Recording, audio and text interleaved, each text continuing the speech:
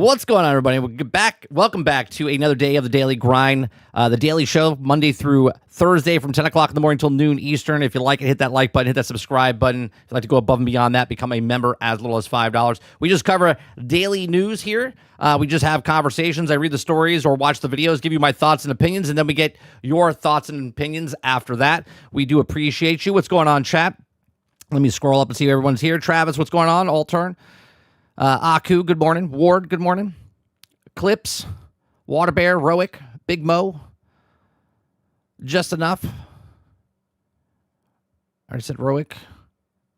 Anybody else coming in? Botrix, good old Botrix. It's on time. It's on time. It's amazing. If Botrix is late again, well, he's always on time. No, he's on time. He's always late, which means he's on time. On today's show, what's going on, Roadkill? On today's show, we're going to be talking about God of War creator calls the new Amazon Prime series so bad in so many ways. We're also going to talk about a new Pokemon / Pal World-like game is blowing up. We're going to watch a video from Luke Stevens talking about Marathon. Oh, well, I thought we had it. All right, guys, we are back. There it is. Okay. Yeah, so we're going to talk about, I don't think Marathon is worth the $40. And then we're also going to talk about two articles. One about Marathon talking about might be the perfect 2026 shooter in that I feel like I'm stuck in a giant Nvidia graphics card. And then we also have another one called Marathon UI designer declares himself the Fontslop merchant. Okay. And promises Bungie will never remove the sauce from the UI. So there you go. So if you guys like these types of topics and you like to get through 2 hours of your day here, make sure you hit that like button. Make sure you hit that subscribe button. Good morning, Wonder Rose. So let's start off because I'm trying to keep the thumbnail as the main story, right? So we're talking about Marathon. And what we're going to do is we're going to watch Luke Stevens' video first, okay? Luke Stevens, all the descriptions of the news stories that we're doing today are always in the descriptions down below. So if you want to watch the video without me pausing and stopping and getting my thoughts and opinions, you're more than welcome to go over there, give it a like, give it a subscribe, go to their channels. And then all the news stories as well, if you want to read the article yourself. All right, chat. Let me see if chat's actually working today. Can I click on someone's name? No, I cannot. Awesome. I don't know why that's not working. Feature? No. Can't do it. Can I pin it? It pins to the top, but then I still can't get it to... That's weird. All right. Let's watch more Marathon here, shall we? Back with Marathon. They're having their server slam test right now, which means that we actually get to try it for free. Go on, PS5. Why for free? Well, because this game is normally going to be $40. Real quick, when was this video? 3 days ago. All right. When it launches in early March, but right now they're just trying to see what the servers can handle, and so they've invited players in to try it, get a taste of it, and do so for free while also providing them free beta testing for the servers, which is a win-win in my book. And listen, so this is probably Saturday when he posted this. I'm going to get specific with my feelings on all this because I've played it a bit this afternoon just to get my feet under me. We'll get there, but just a little background on my experience with the game so that you know kind of where I am coming from, because I have played this before. Long story short, back in April, I was invited out to Bungie HQ to try the version of... Yeah, no, I saw the thing I posted, Water. Here, I'll actually bring it up real fast. Let me bring it up real fast. I posted it in Discord, but those of you that are not in Discord, let me show you this thing right here. Okay, this is a post that's from PlayStation, or someone posted it from the PlayStation Store. Okay, so these are the ratings of Marathon on the PlayStation. Now, mind you, remember, Marathon is a first-party game. Even though it's everywhere, it's a first-party game from Sony. Sony owns Bungie. Bungie is part of Sony. And this is exactly what I always say to people. Don't ever look at the 5s and don't ever look at the 1s. In my opinion, there's no such thing as a perfect game. So 5 stars doesn't exist, or 10, whatever, 100% does never exist. Okay? And the 1s I always just throw out because those are people that are just doing it because there's 5s, right? So there's people that are just picking 5s or 10s because they truly love the thing, whatever that thing is. So I throw those out. I always throw the ones out because those are always the people that are like, I don't like there's a 5, so I'm going to counterproduct it, right? It's the same thing with YouTube. People that give thumbs down, they're like, I don't like this because there's too many people are giving thumbs up, so I'm going to give a thumbs down type of thing, right? This is an on and off switch on YouTube. This is a rating system. A rating system is 5s through 1 or 1 through 10. So you throw out the top, you throw out the bottom, and then you start looking at the middle, okay? And this is where you get the majority of people that are like, okay. Now, if you went into these reviews, which I can't do in this particular screenshot, but if you went into the 4 stars, you went into the 3 stars, you went into the 2 stars, you would see what actual people that like the game. And they'll tell you the good, the bad, right? They'll tell you what they like, what they don't like. They'll tell you everything. They'll write a paragraph of stuff. But the people that are 5 stars are like, I love it. It's great. It's the greatest thing ever. And the people with 1 stars are like, shit. It's bullshit, right? So we always throw out, at least in my opinion, movie reviews, game reviews. You throw out the top, you throw out the bottom, and you look at what the middle is, and then that is what the actual score is, right? So that's what you look at. Of the game that they had back then, which let's just say most of us thought was not ready for prime time. It wasn't like awful or terrible. It just was not ready. Like it still had months to go. It needed a good amount of work. And, I think they knew that too. Oh my God. I downed him at the same exact moment. Oh my God. Oh my God. Oh my God. Heal up, buddy. Heal up. I'm coming. I like the blood trail. The blood trail, I was just going to say, I was like, there's the blood trail that's happening. A good addition. It actually lets, like, if you down somebody, you can follow where they went. Oh my God. I'm sorry. Why didn't his buddy, it's a good addition, his teammate, it actually revive him? What? He crawled to him. Oh my God. Heal up, buddy. He crawled to him. I'm coming. And that guy could have just right then and there could have just the blood trail. I think is a good addition. It Instead, he moves out, if you down somebody, you can leaves follow him there, where they went, and then gets knocked down. What an idiot! What an absolute idiot! We're so screwed. Oh wait, no, he's already down. Okay, yeah, no, we're actually screwed. Oh, and our team member already left. That's what an idiot. Dumb, man. Oh, that hurts. Okay. Well, no point in staying. Anyway, back in April. Why? I gave the game a shot, and I, as many other people did as well, I was far from... Do you get XP for revives? No, but you get to stay in the game longer. I don't know if you get XP. Does it really fucking matter if you're on a team and the guy crawls to you and you're hiding behind a box? You'd be like, hey, you know what? I'm gonna revive him. So there's 2 versus 1 or 2v2. An outlier in this. I told them I think it needs more time in the oven. It's just not ready. And most people agreed. And then the art theft scandal happened, which is what actually got them permission. Yeah, I love that, Salty. Typical rando. I'm better, bang. Okay, next game. Right, exactly. I love the people that are, when you go into randoms and everyone's down and they're like, hey, bro, pick me up. You suck. Pick me up. Can you pick me up? And it's like, hello, I'm the one that's fucking alive. You suck. To delay the game while they scrubbed the game of all of those assets and settled. Believe it or not, people want a reward to revive. I would never play with you or anybody else that does that. I would literally tell you to go fuck yourself. If you don't want to revive your teammate because you're looking for a reward, the reward is to revive your teammate so you can win. What the fuck are we talking about? With Anti-Real, the artist from whom that stuff was taken. So all of that's been resolved, and now they've gotten an extra, 6 months to work on the game, and the results do speak for themselves. Graphically, the game looks way, way better. The lighting's improved. I would help, but I need a reward. What are you going to give me? Are you going to give me a cookie? Are you going to give me some XP? I'm going to give you a punch in the face is what I'm going to give you. Those processing effects are improved. Performance has improved. Everything is improved. They've also done a ton of balancing when it comes to individual encounters, to the PvE elements, to the individual weapons. They've balanced how each of the playable shells work. So all players are more on level playing field and there's not one character that's just totally busted. But presentation isn't everything. And no, it's not everything, but it's a big thing when the game comes out and it's launching in 3 days. My time with the game, which so far has been pretty minimal over the course of this afternoon. Altern says you can't punch in the face because there's no friendly fire. Well, there it goes. I mean, they just launched the server slam, so we're going off. Just enough says, well, you can't give them anything because you're down. That's right.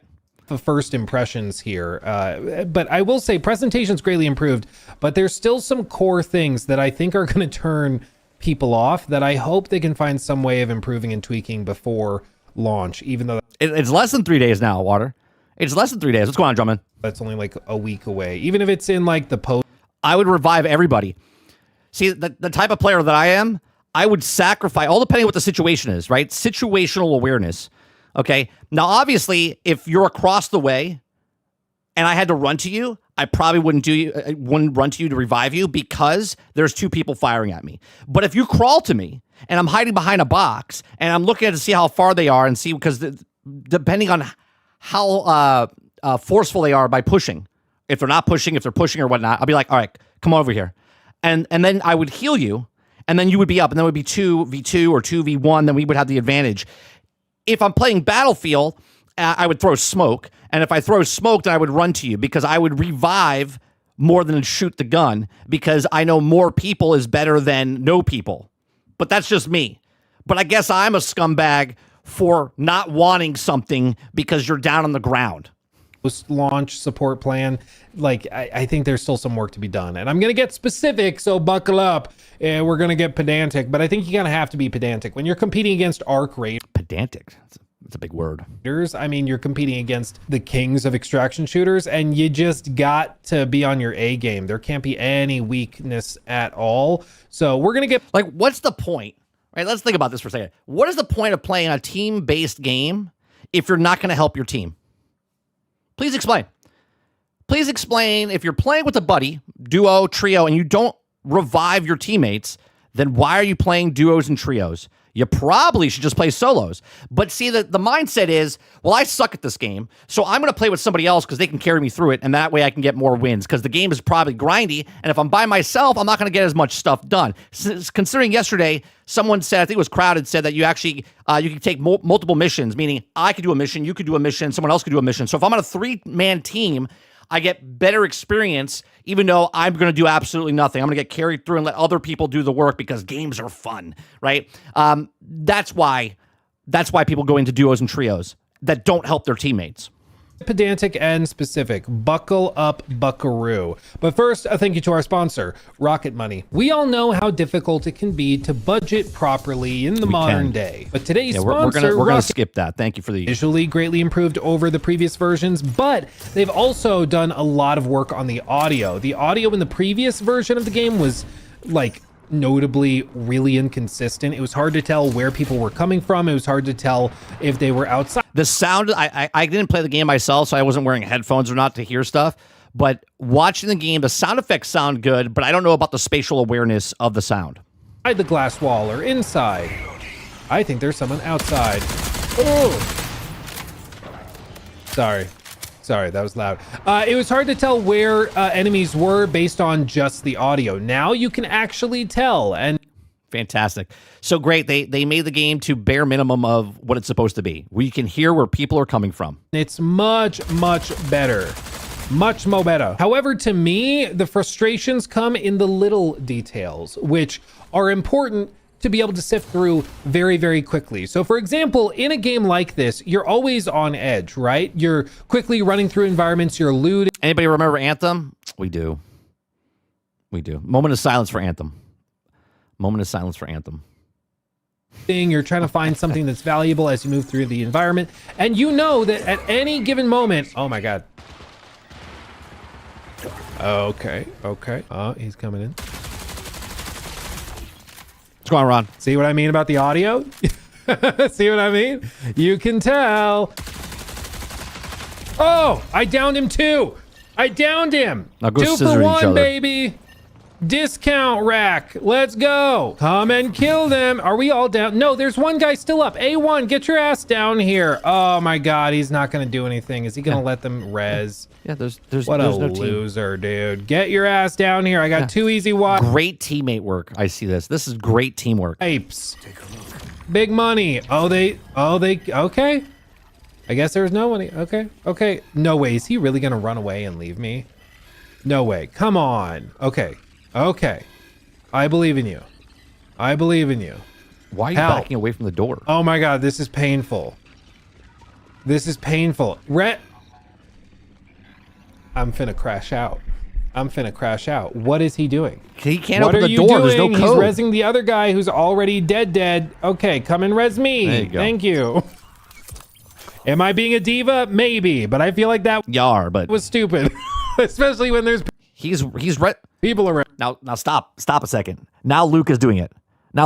He wanted him to revive him, but he didn't want him to revive the other guy. He's like, that guy's dead. And it has over 150,000 players right now, and it's a great example of good design, community, and fun. Craig is still recruiting for Helldivers. Thank you, Craig, oh, I got it. It works. I don't know why it's not working here, though. It's only working for the donations and stuff. Craig, thank you very much for the $5 super chat. It says Helldivers 2 celebrates 2 years today, and it hits over 150,000 players right now. It's a great example for good design, community, and fun. I have over 150 hours on PC and console, so I got like 70 hours on both. Love the game. I have to go back and start playing it again. You see what Luke's doing here? Luke's like, why is he reviving the other guy? Like, you're a team. He's reviving everybody. Like, settle down. You know, what are we doing? Okay, now take all their stuff, even though I killed them. That's how this works, right? Anyway, what I was saying is, like, the core mechanics are good. The gunplay is really, really tight. They've improved, I think, the audio a lot, and I'm just enjoying it. Performance is also really, really good. The game runs really, really well, which is good to see. But it's the little stuff. So, for example, when we're in the heat of battle and there's a lot going on, or when there's just a threat present, going in here really quickly, opening the menus, and then sifting through the additional little items. This is where the game gets frustrating. Greg, anytime you see, I guess, are you playing on Xbox, or are you playing on PC, or are you playing on PlayStation? Where you can see little stuff like, maybe I need this. Well, I can drop it with F. That's muscle memory. I'll figure that out. But it's quickly glancing at what's valuable. That's PC. Next time we're ever on or we stream it, let us know what your gamer tag is, or put your gamer tag in our Discord, and I'll ping you. And then if I'm ever on and I see you, just hop in. Still just not clear. And I think it's a UI problem ultimately. I just personally, maybe this is just personal preference, I really just don't like the square grid thing. Ultimately, I'm sifting through stuff based primarily on color. I'm looking through these being like, okay, that's blue, that's better than the green. To be honest, though, that's what you do in most games. I don't know about this, when he's talking about square, the UI looks terrible. And there's an article about the UI, and we're going to get to that later. I have no idea what it says. So if I have all of these gray, I'm dumping them for the green. I'm dumping the green for the blue. You know, I'm going just based primarily on color. That's what you usually do. Green's better than white. Blue's better than green. And it reminded me of a question that we talked about at the studio back in April, where they were asking, how do you decide what... Oh, I don't think it's getting delayed. It got delayed, Water. It got delayed 6 months. I don't think they delayed it anymore. They're putting it out, and they'll just fix it as they go. To pick up, like, what is the deciding factor for you? And I remember saying at the conference table, being like, I primarily look at what the color is, and then that dictates what I consider to be valuable, and then I'm going to pick up the better color. You know, if something Water says it needs a second one. Is gold, I assume it's more valuable than the purple. And one of the designers was like, really, even if you need a purple or blue item specifically for a quest you're doing or a contract you have? I was like, I mean, typically, yeah. Even if there's a contract, I'll just assume that the gold is harder to get than the blue. So I'm going to save that instead of that. And they were like, oh, interesting. I was like, how is that interesting? I thought that was like normal. Maybe I'm weird and I just pick up like the legendary stuff because I like the legendary. Do you pronounce your tag? Because I'm a terrible person with names in the channel, and you're new in my channel. Is it Exion? Is that how you pronounce it? Or is it Exion? Just Exion? Goop, to use a term from the king himself. But I don't know, man. There's little fundamental stuff like that where I'm like, I feel like we should all be on the same page. That's not Exion? that novel of a take, right? But I think stuff like that has carried itself through a lot of the design elements of the game. Little bitty things that are taken for granted in other games are just kind of weird here and don't feel quite right. Now that sometimes I feel like it doesn't feel right. And again, we don't know what the UI thing is. There's an article about the UI. So maybe the guy who created the UI explains himself or why he's doing it. But it does say in the title that it's not going anywhere. So obviously they're going to keep what the UI is, which a lot of people have a pushback on. But, you know, it is what it is. UI, which is just, I think, not very intuitive. It's not very easy to read and figure out what's going on or what a particular item is and why you should take it or not take it. I also just think that, like, all of the additional stats in here, this matters, I'm sure. I saw a lot of people the same way. I wish I could bring your chat up. Let me see if I pin it for a second. If I pin it, can I then? No. I don't know why. I don't know why it's not working today or yesterday. Water Bear says, you know, he watched Shroud play it, right? And Shroud was like, yeah, nah, I'm good. And I get it. A lot of people that look at other content creators to be like, hey, if this person likes it, then I'll like it. And if this person doesn't play it, then it's a no-go. And I totally understand that. But when and here's the thing, that from a gamer perspective, I don't give two shits if a content creator is playing it or not playing it, right? I'm going to play the game that I want to play. But the company wants streamers to play their game. And if your biggest streamers on the planet are like, I'm good, right? You got to be a little worried, because if they pay for them to play the game, or the game is just good and they're playing it and they're not paying them to play the game, that is free advertisement, basically.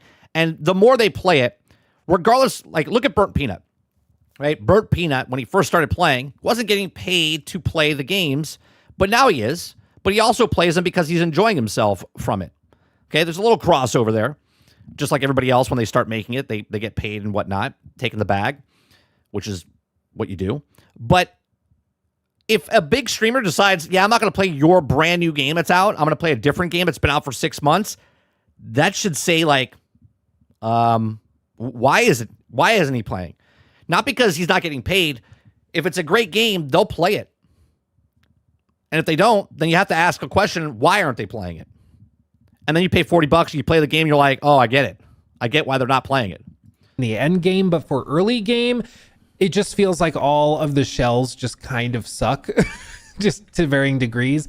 And I'm sure that'll change as you level up and get really high gear or high tier loot. But as of right now, like I just don't think that matters to many people. But I guess you could say that of most games, you know, so maybe it's not just a marathon thing. But one thing I do know is a marathon thing that drives me up the wall is the freaking hate buildup, man. So they have a stamina system in the game, but it's not stamina, it's heat. So these characters... I thought he said hate meter. I was like, what the hell is a hate meter? Playing are called runners, or at least they were back when the game was announced and shown off to us in April. And when you run or slide or whatever, you can see that little bar in the center starts to build up. Yeah. It's very small. Okay. And you might miss it when you're just playing normally, but I don't know why it's so tiny.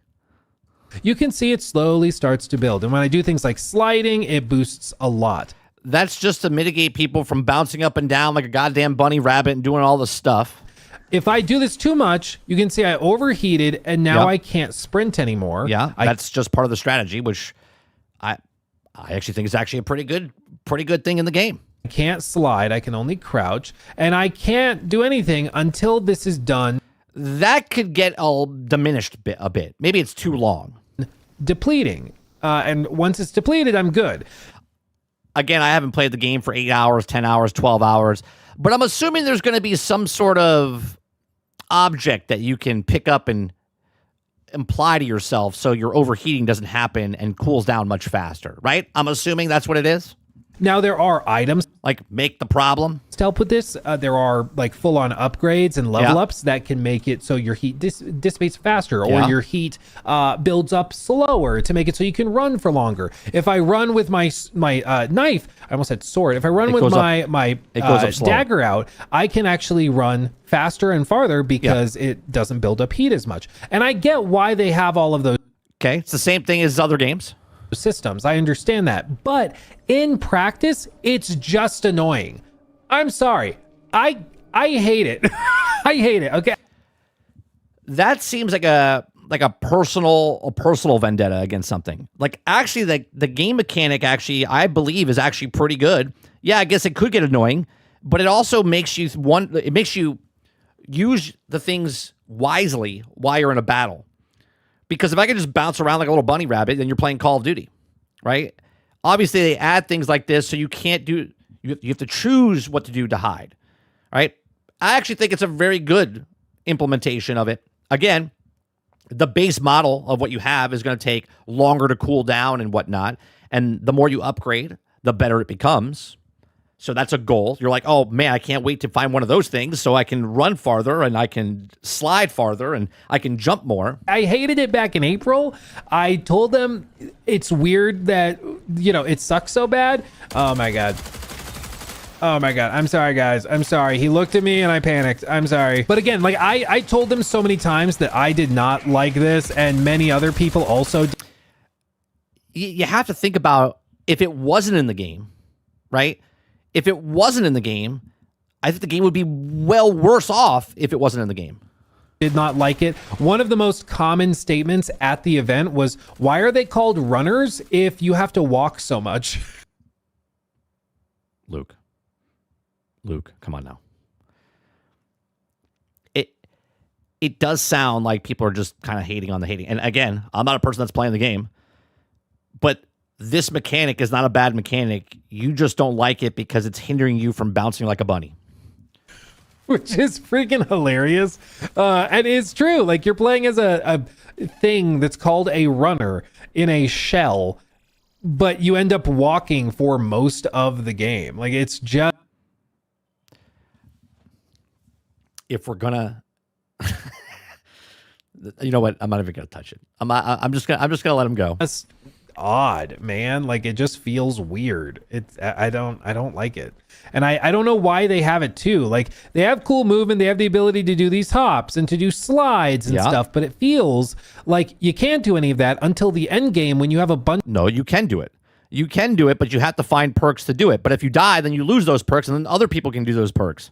Of augments and mods and stuff that make it so you can do that without massive penalties. Because if I happen to slide down a ramp, God forbid, like if I'm just running, I'm like, oh, I'm having fun running around, and I do this and I slide down here. Oh my God, I didn't realize the fall was that high. And now my heat's built up. If I got jumped right here. Yeah, but that is the whole point. The whole point is if you're going to run like a little bitch in a PvP game that's an extraction shooter that they want you to fight, you're going to have to choose, okay, I'm out of bullets, now I got to run, but I'm out of stamina and I'm overheating and I can't really run that far, right? This is 100% part of the ecosystem of the game. I am totally screwed. So it means that when you're just walking around the map, generally, you shouldn't be using those fun movement mechanics, because if you get jumped, you're going to get punished for using those. Hence why you choose to use it or not. Mechanics, right? And so it just leads to a situation where players end up playing like this, where they're walking around really. Because they want you. When you first start playing a game, if you ran through it like Warframe, where you're just flipping through and doing all the stuff really fast, you wouldn't really know where anything is. So in the beginning, when you go to a map the very first time, then you're walking slow, you get to see more things. You're looking at where things are popping up, where chests would be, where certain things would be, right? And as you level up and you start adding these things to your repertoire, to your build out, where now you're not using your heat bars super fast because you have a tier 3 or whatever on there, and it's going down much slower, or much faster, I should say, when you're overheating. You already know where the stuff is. You already know where to look. You already know the stuff. So in the beginning, everyone's on the same level playing field. And it keeps it that, right? The incentive is to find other things to make it better for you. And it's going to be incrementally better, by the way.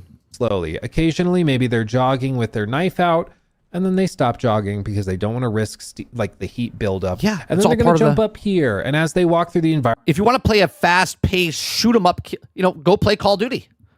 environment where it's high risk, they're going to just walk like this. And it's just kind of lame, man. It just feels bad. Go play Splitgate. Splitgate Reborn, Arena Reloaded, whatever the fuck it's called, is constant movement. Just keep on fast, super fast. Go play that. That's not this. It's low octane. It's low intensity. It's just not that exciting. But here's the thing. They're not playing Splitgate. They're not playing high octane type of games. No one played. What was the other one from Cliff? Lawbreakers. That was another fast-paced game. No one's playing those games. Guess what? Because they don't like them. Speaking of not that exciting, my teammates just refuse to move. I'm like, let's go somewhere. Let's go over. You're also not talking to your teammates, Luke. Here. And they're just like, no, let's not. Let's just sit here. I was like, guys, this isn't a battle royale. You got to move. I don't even like the game. I don't even like the game, chat, and I'm protecting the game. Because fundamentally, the actual mechanic is sound. Move. Got to do stuff. So the heat buildup is probably my biggest frustration. There's, of course, the smaller things like the UI readability and stuff like that. So those could be improved as well. But there's other even smaller things, I think, like the balancing for the Rook character. The Rook is their character that allows you to run into matches solo without having to take a loadout, and then there's not like massive penalties for dying and losing stuff. So it's a high aggression way. Exactly, Water. It's the exact same stamina bar in anything. I'm playing Windrose, and as I'm running, okay, I'm running out of stamina, and I have to walk. And I'm like, oh, God, I have to walk. Well, yeah, you just pause for a second or stop moving for 2 seconds, and it goes super fast back up. Of them right? letting you get in there and go crazy in matches that are already in progress. And it's fine, but honestly, like, after trying a handful of rounds that way, I just don't. Why is he giving up so fast? Is he a solo player? I don't think it's that, like, reasonable or viable. Most matches are basically over by the time the Rook loads in, and so it just doesn't feel good. It just doesn't play well. Now, to their credit, they've added some other things that are really, really nice. For example, they've added proximity chat, which was not in the game back in April when we tried it. They actually told... Well, the thing is, Eclipse, if the person, let's say I've been playing 10 hours and I happen to have there's a lot of different types of things that could be happening. But let's just say that you've been playing 10 hours and you happen to find a better augment that helps you run further without overheating as much. And I'm brand new and I'm playing the game, but I happen to find a better gun that I'm using in the game, and you have a shittier gun because you were just unlucky or whatever. I could kill you and then take that augment, and then now I have it. And I just started, right? That's the reward. That is the thing that you're searching. The whole point of the game is to search for better gear to have the advantage over somebody else and try to get all of your pieces better than everybody else. That way you can still keep getting better. But there's always that chance that you're going to get third-partied, or you're going to get 2v1, or you're going to lose because of whatever reason, right? And that is the thing about extraction. So now you are correct. If I join the game and someone kills me, I'll be like, I lost. Like I said yesterday, I think Peanut went for 18 times in a row before he finally got an extraction, right? So, I mean, I don't know, but it seems like a really good mechanic, or a sound mechanic. I shouldn't say really good, but it just seems like a normal mechanic that's in pretty much any game.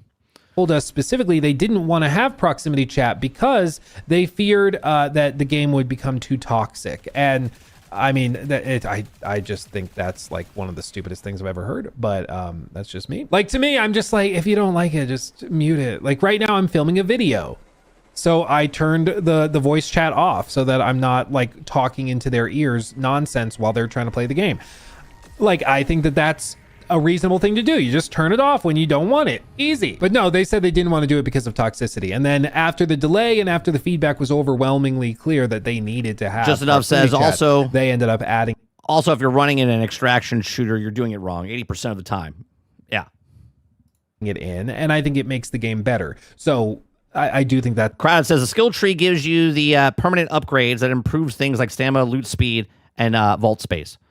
So why is this such a big pushing point for him if that's in the skill tree? You know what I mean? Again, I'm defending it because I think it's a fine mechanic to have in the game because it stops people from just doing this the entire time. It's a good addition. And they've done a bunch of other things. Like, for example, now we actually have access to Triage, which was a playable character we didn't have in the first version. So we have access to that. Again, the Rook, which I mentioned earlier. And so there's more here. But again, the omnipresent thing is just that this is supposed to be a 40. No, it's okay, Mokoki, if he doesn't like it. He's allowed to give his opinion and stuff like that, right? But giving crap to that, but not saying it for Arc Raiders or for any other game that has a system in there like that. You know what I mean? Like his problem is that he can't move fast enough. Well, you just started the game. If you start with the best, then where are you going from there, right? In this type of game, everyone starts in the game at the match the exact same thing. The more people that play, the better. As Crowded says, it's in the skill tree, not something you find in the world. Is there something you could find in the world as well, Crowded, to help with that, or is it just the skill tree? Dollar game. And I'm just going on gut feeling right now. I don't see this as being on the same level as Arc Raiders in terms of content, in terms of scope, in terms of cinematic moments, in terms of like raw fun factor. I'm just not there. And I think it could eventually. Now, I kind of agree with him here because I watch a lot of people play this game. There's not very many cinematic moments, and I'm not saying cinematic like the cutscenes or anything like that. I'm talking about like the moments that happen in the game. You're like, oh, that was awesome. And don't get me wrong, it's individual type of thing, but just watching, seeing someone, it doesn't look very exciting a lot of times. It looks kind of boring. But again, I haven't played it myself, and maybe it's completely different when you're playing the game, when you're watching. Actually get there. If they you stick can do with both. it, You can also go all on one thing and spread it out. There's many options. Okay. they have enough of a runway. I think they could get there because they are making massive improvements, and it is getting way. Krebsy says there's a perk that activates the more heat you have. If it's raining, your heat is lowered. If it's raining fire, your heat increases. See, I think that's actually pretty good. Right? That's great.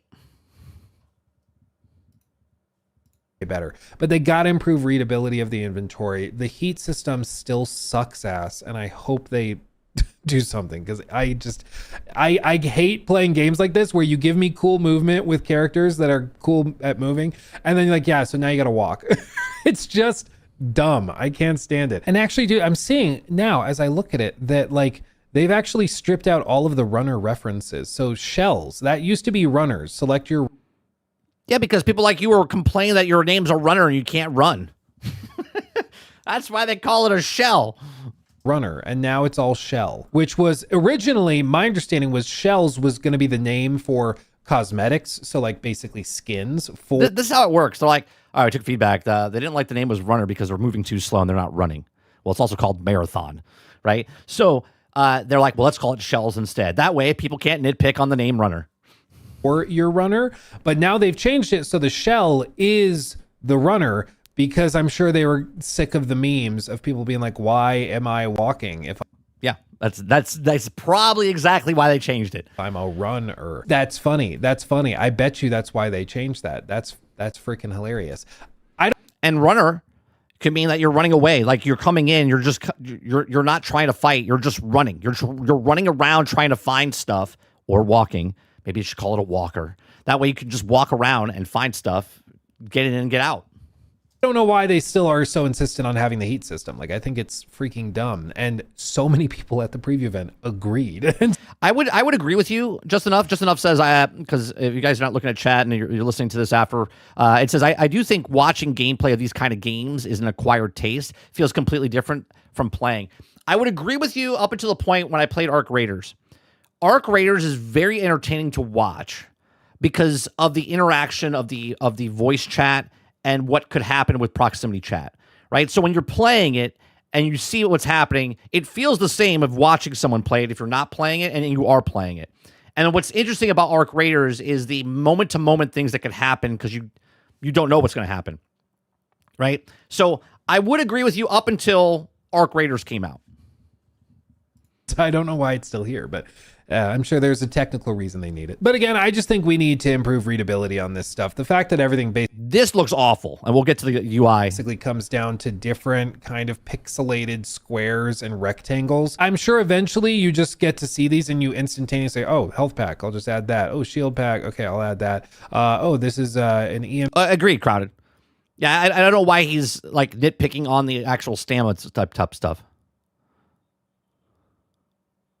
They just want cut, and it's disgusting. Thank you, Aku, for the $2. Thank you. Yeah, they just want COD. Well, go play COD. COD is there. COD is there for you to play. MP grenade. I'm going to add that to my inventory. Oh, a backpack. Let me grab that. I'm sure eventually you get the feel for it and you can just quickly grab and go. But as of right now, man, especially for new players, it's not that intuitive at all. Like the 2 cores, having different implants, little things like this, selecting this, I feel like should bring up a menu of just those items. So like when I click the implants, it should go to this tab. I agree with what he just said there. That could get fixed real fast, but 100%. If you click the thing, it should automatically go to the thing. Why doesn't it do that? It should just do that. That's just something that seems like 1 + 1 = 2, but the developers sometimes don't think of it, and they're like, oh, we'll make the logo so people know where it is and so they can put it in the thing instead of just, and it just goes into it. You click that, it goes to that tab. I click cores if it's empty and it goes to the cores tab. Little things like that I just think are easy to throw in here that make a difference. And I think players expect without realizing they expect it. See, that criticism I think is warranted because you're like, when I talk about incremental things and we talk about the bar, right? So in survival games and stuff like that, like instead of going to each individual chest, right, and then putting the stone in the chest, right, now all survival games go, you open the chest and you could input all similar items into that chest. It goes boom and just pops it in. That's standard. That's the bar. Okay. Same with types of this. Extractions, if I'm putting bits and pieces in the thing, I shouldn't have to take my mouse or take my controller, highlight the thing. I should just click the thing and it should automatically go into the thing it's going to, because where else would it go? Right? Like, where else would it go? If I have a shield and I click on the shield, it should go into the shield spot. I shouldn't have to grab the shield and put it over here. The reason they do stuff like this is for that, just that extra millisecond of time for you to click it over and put it over here, right? For whatever reason, instead of just click and put it in. Right? And some games, and I'm not saying about Marathon, but just some games in general, they do half the things, but then don't do the other half. It's like, well, some go in there, but other things don't go in. It's like, well, why? Why wouldn't that work like that? But I think that they've got to get all of that stuff here at launch or very soon after, or they're gonna have... Perfect example, bullets, right? The bullets go into the gun it's supposed to go into, right? It just does. It just goes into the gun because it's like, oh, you have light ammo is being used. But for some reason, if you click on a shield in some of these games, it doesn't go into your shield spot. You have to physically pick it up and put it into the thing. Have a bad time. Because again, like this is $40. When a game is a premium multiplayer game going up against other premium multiplayer games, you've got to... Is $40 considered a premium game? I don't know. I'm asking. Is $40 considered a premium game in this spectrum of extraction? In my opinion, $60 is a premium game. $40 is not a premium game. Come out swinging because as you know, I'm going to show you a clip. I'm going to show you a clip which puts this perfectly. This is from an interview that Sean Layden, the guy behind the PS4 era PlayStation success. Okay, former head premium multiplayer game, sure. So then, what's Call of Duty? What's Call of Duty in Battlefield? If a PvP game that's $40 is premium, then what is Call of Duty in Battlefield? Beyond premium? Like, what are we talking? Like, you can't have 40 be premium if 60 is premium, and now 70 is premium. Chairman of PlayStation Studios, CEO of Sony Interactive Entertainment of America. He's the guy that was replaced by Jim. Those have campaigns? Is there a campaign? Wait a minute. There's been Battlefields with no campaign, and there were premiums. There's been other games that have no campaigns that are PvP games that are $60, $70. Ryan and Herman Holtz. It's premium plus. That just like drove it into the ground. He did this interview with Kiwi Talks. Great ultra awesome mega premium. Thank you, Mr. Z. YouTube channel, does a bunch of interviews with game devs and people of... Just Enough says no clue anymore. I thought premium just meant paid. Well, no, no. Come on, Just Enough. Obviously, if I go to a club and I pay the admission fee is $20, that's not a premium experience. But if I pay $1,000, that's premium. Would you consider someone paying $20 and $1,000 the same in premium? I wouldn't. Influence within. Hell, even Game Pass has a premium category. And then there's an ultimate. That's it. We've already answered the question. I got it. $40 is premium. $60 and above is ultimate experience. The gaming world. And super duper premium. There you go. He described the live service problem perfectly, and I'm just going to let him take it away. How many live service games can be successful at any one moment? Yeah, well, the answer obviously is not 20. Yeah, no, it's probably 4 or 5. Amount of people, and coming up with the next great live service game, you have to not only have a great game, you have to compel people to take their time away from where they are. It's amazing. It's amazing that a man ran a company and saying this, and just some doofus doing a morning show every day has been saying this for years. To come over and invest time in where you are. There's a switching cost. I don't think a lot of people play 4 or 5 live service games at the same time. Hi, I do. Well, I used to anyway. Thank you. No. You're like all into 1 or 2, and that's it. And so for you to come out with another one, right? You're trying to get people to come over here. Stop sending so much. Stop having fun over in this game and come on over to our brand new game that you may or may not have fun in. Good luck. Good luck. Grass is greener on the other side. That's what this is. Time doing that thing you love and come over here and try this thing you don't know. And that's a hard proposition. It's not just the selling of the game. It's convincing people that they should take away some of the time they're really enjoying doing this thing over there to come over to your unknown thing and invest their time there. Absolutely. Thank you. Are you starting to feel like maybe this is why he's no longer in that position? Because he was telling them things they didn't want to hear. Amazing. I've been saying the exact same thing for a fucking decade. Like, for a game like on stream Marathon to do well, you have to have it be so good that it not only stands on its own, but it's so good that it even wins over the people that And here's the thing. Arc Raiders wasn't that thing until it was. Right? The plan's the plan till it's not the plan. Thank you, Asha Sharma. Right? The plan's the plan till it's not the plan. Arc Raiders didn't know it was going to be blown up like it was.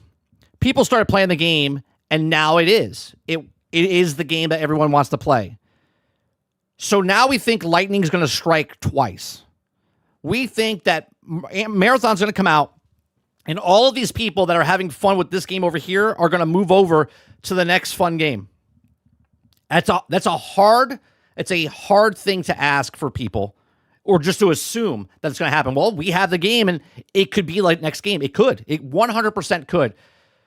But the likelihood of that happening, look at Battlefield 6. Battlefield 6 was the new thing until it wasn't, which was 6 weeks later. Not even. 2 weeks later. And then it just started going down because Arc Raiders started going up. Remember, it's the same player base that keeps playing these games across the entire gaming industry. 200 million, 175 million people that are buying all of these games, which they're not buying all these games, right? And they're all competing for your time. Are playing Overwatch, or are playing Arc Raiders, or are playing Battlefield, or are playing Tarkov, or Hunt Showdown, whatever else you want to point to. Your game has to be so good that it wins original players that are new to this type of game, but also it wins over the people that give up that game they put hundreds of hours into. They give that up and they move over to this game instead because they love it so much. And a lot of people were playing Helldivers 2, and they moved over to Arc Raiders, and they never played an extraction game before. Why? Because the feeling was there. They're like, I'm having a lot of fun with Helldivers. And then they moved over to Arc Raiders thinking they would have the same fun, right? And they're like, I'm having fun, but it's a different type of fun. That can happen. We saw it happen. Basically, only play live service titles: Destiny 2, Division 2, GTA 5, Overwatch 2, Helldivers 2, Minecraft, sometimes COD, sometimes Battlefield. With Arc Raiders, where we saw people that did not play games very actively and were considered casual gamers that decided to get into it again. There's Correct. countless stories, anecdotal and data driven. Now, you can't... Everyone's dream is to make a video game that everyone loves. That's the dream. You're like, oh man, one day I want to make a Arc Raiders type of game that everyone will love, right? That's what Highguard was trying to do. That's what Concord was trying to do. And guess what? They missed the bar completely. They missed the entire point completely, right? Everyone wants to make the greatest game. This is why you make a game and you sell a game. But a lot of people don't want to make the game. They don't want to make the game. 30. How much longer is the FUC in decade than a normal one? How much longer is the funk in the decade than a normal one? I don't know. I don't understand the question. Thank you very much for the $5. What do you mean the funk like we're in? Like the funk that's in this decade? How much longer? I don't know. It could be a little longer. It could be like another 5 to 7 years. Showing that very phenomenon happening with Arc Raiders. It happened because the game was so good, and there were some big name influencers who went viral, like Burnt Peanut, that like really pushed the game into the mainstream. And that's what you need. You need stuff like that. You need a perfect storm and lightning and A fucking decade. All right, let me read it again. 30. How much longer is a fucking decade than a normal one? It's the same. It's just 10 years. That's it. a bottle to make your game pop off. And if you don't have that, you're just gonna struggle. So basically, you're not trying to make a game good. You're trying to make you're trying to make a popular streamer like your game to make your game good, popular. Is that what I just understood? Hold on. Let me rewind that for a second. So good. And there were some big name influencers who went viral, like Burnt Peanut, that like really pushed the game into the mainstream. And that's what you need. You need stuff like that. You need a perfect storm and lightning in a bottle to make your game pop off. But the reason Arc Raiders is beloved is because it's a good game. Make a game. Make a game. And if you don't have that, you're just gonna struggle. You just will. And well, the problem, Cisco, is so basically any game. No, it's not any game. A lot of people just make a game because they think there's a difference between someone making a game, making a great game and selling it because they believe their game is good and they know it's good, and then it'll make money down the road, right? Like you believe in it so much, like Cuphead or Tunic, independent guys that put their houses up for sale, the mortgage, because they believed so much into the thing that they were making that they were passionate, and guess what? It sold. And there's a difference between a game company that's like, we're going to make this game, and because we made the game, we're going to sell millions of copies, right? That is the difference. The difference is someone's making the game, believing in it so much that they hope, because they made such a great game, that people will buy it. And the difference between someone making a game and going, well, we made it, so you have to give us money now. That is the major difference between these two things. I feel like with games like Marathon, as of right now...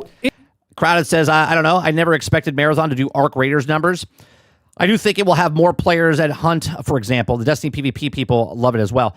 Crowded, I've said it from the very start. I think about 150,000 to 160,000 people. I think at one point I said 180,000, but I'm going to stick with the 150 to 160,000 people will be the max that it happens on Steam.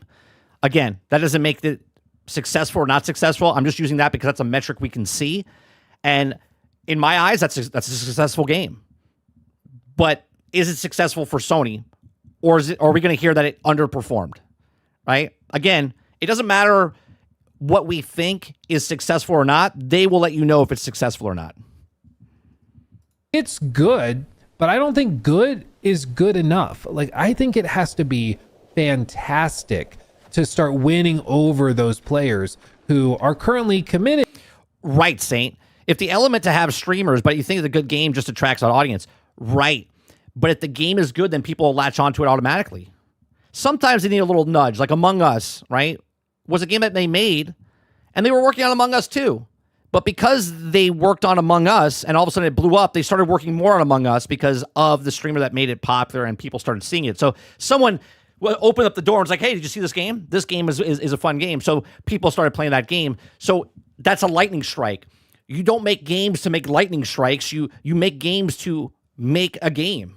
And people will come and play that game if it's a good game. To games elsewhere, it can't just be good. It has to be fantastic. And I just don't feel like it's fantastic yet. Crowd says, on purposely, I wanted the game to be more competitive and complex than Ark, as well as Bungie probably was expecting that either. The only reason we're comparing to Ark Raiders is because Ark Raiders came out. When Ark Raiders first came out, a lot of people didn't know what it was until like the last month and a half. And then everyone started, when the demo came out and they played it, it shot up to the moon. Right now, obviously, because it's the outlier, everyone wants to compare it to a thing. Right? Again, if it's 150,000 people, I think that's successful. If that's the max, like if what they got for the beta is what they get for max, that's a successful game in my eyes. But again, I don't know what the budget is.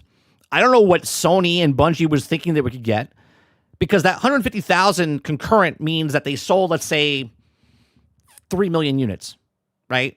Just total. And if it sells 3 million units, does that make their money back? Is that successful? Or are they looking for 5, 6, 7 million? That's the difference. Sorry. No one's here. Got him. Oh, I hear other shots in the distance. I bet there's other players. Oh. Got him. Now listen, I do believe that Bungie can overhaul this and can make it like really fantastic. I do think that they're capable of it. And crowd, on my stream, I don't talk shit about a game just to talk shit about a game. I give reasons why I think it's going to be good or bad. I don't look at stuff and be like, yeah, this is Concord, right? It's fun to say it's Concord. It's fun to say that stuff. It's just what the meme is, right? But obviously, I don't think this is going to bomb. It could, but I don't think it's going to. I think Sony's going to support it for at least a year, and they'll reevaluate. I just genuinely don't know if they're going to be given that runway.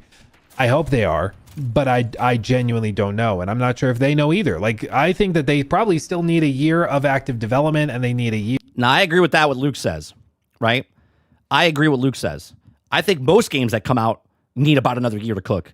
This is my major problem with a lot of games, why we don't pre-order, why we don't buy day one, why we don't buy week one, we don't pay full price for a half-ass game, is because most of these games come out and they're not done. What's going on, Fake Wizard?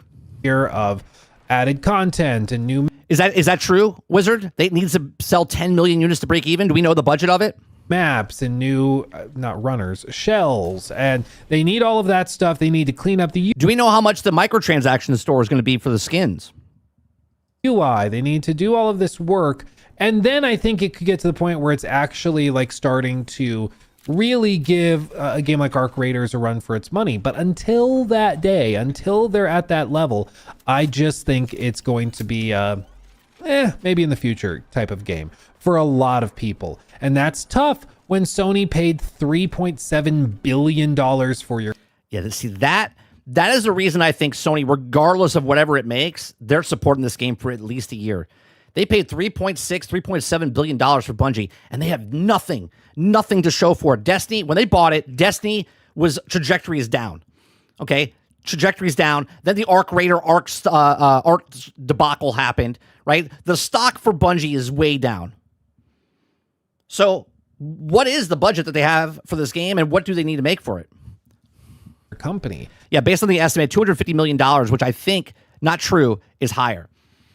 Is there an article that says that, or are we just Googling it? And again, I'm asking, if there's an actual thing for $250 million, they need to sell 5 to 7 million copies based on that number, 250 million, right, to be profitable. Right? It's got to sell over 7 million copies to be profitable. That's just a tough sell for Sony because they're, I'm sure, looking for quick results to justify the ridiculous amount they paid for the company. And I just don't see a world in which Marathon is able to deliver anywhere close to that level of return. I've said this, it's on record. If Marathon doesn't make the numbers, Destiny 3 is announced by the end of this year. If Marathon does not make the numbers, Destiny 3 is officially announced this year. I know it's rumors that they're working on Destiny 3, but officially like, yep, Destiny 3 is coming out, blah, blah, blah. Because they need to start, if this goes down, this will be supported for a year. They'll make their money. It'll just coast along. They'll make the microtransactions. They have that Bungie loyalists. Okay, that they'll be sufficed, but not happy, and then they'll announce Destiny 3 officially. Within a reasonable amount of time. Like, I think that there is going to be an audience of people who really like Marathon, and after trying it as part of this server slam, I can see it. You know, I'm like, I could see some. Water Bear says, while the official development Bungie for Bungie Marathon was not been disclosed, estimates suggest a high budget AAA production, potentially costing around 80 million to over 100 million. If it's 80 to 100, they only need to sell about 3.5 to 4 million. That is doable at that budget. If it's 250 million to 300 million dollars, if not more, then they're in trouble. They getting really, really into this and this becoming their like main game. I could see that, but I just don't think that that number is in the 200,000 player range. I just don't see it. I mean, maybe I'll be wrong. I would love to be wrong and have. I'm gonna rewind that again because he's around the same number, I believe. See it. You know, I'm like, I could see somebody getting really, really into this and this becoming their like main game. I could see that, but I just don't think that that number is in the 200,000 player range. Now, is he talking just Steam? Because if it's 200,000 on Steam, you have to assume it's about half that on console.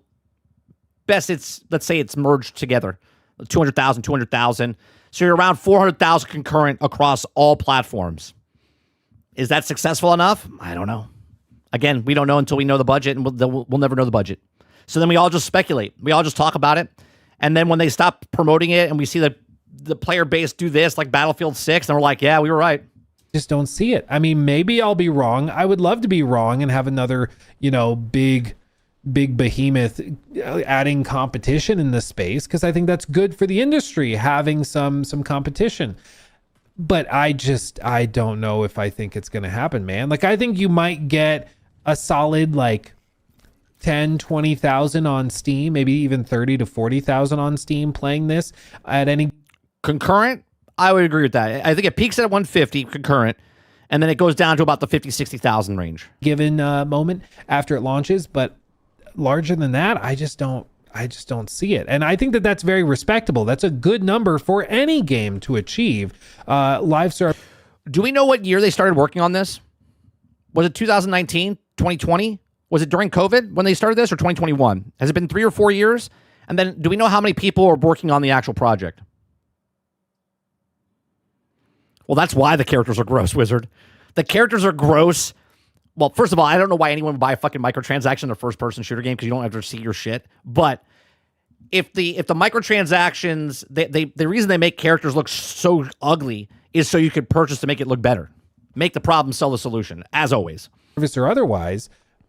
But is that enough to keep a allegedly $4 billion company afloat? I don't think so. You know, I just don't see it. But listen, they're working on it. They are collecting feedback, and they are trying to make the game better every chance they get. But that is fundamentally the problem with the industry.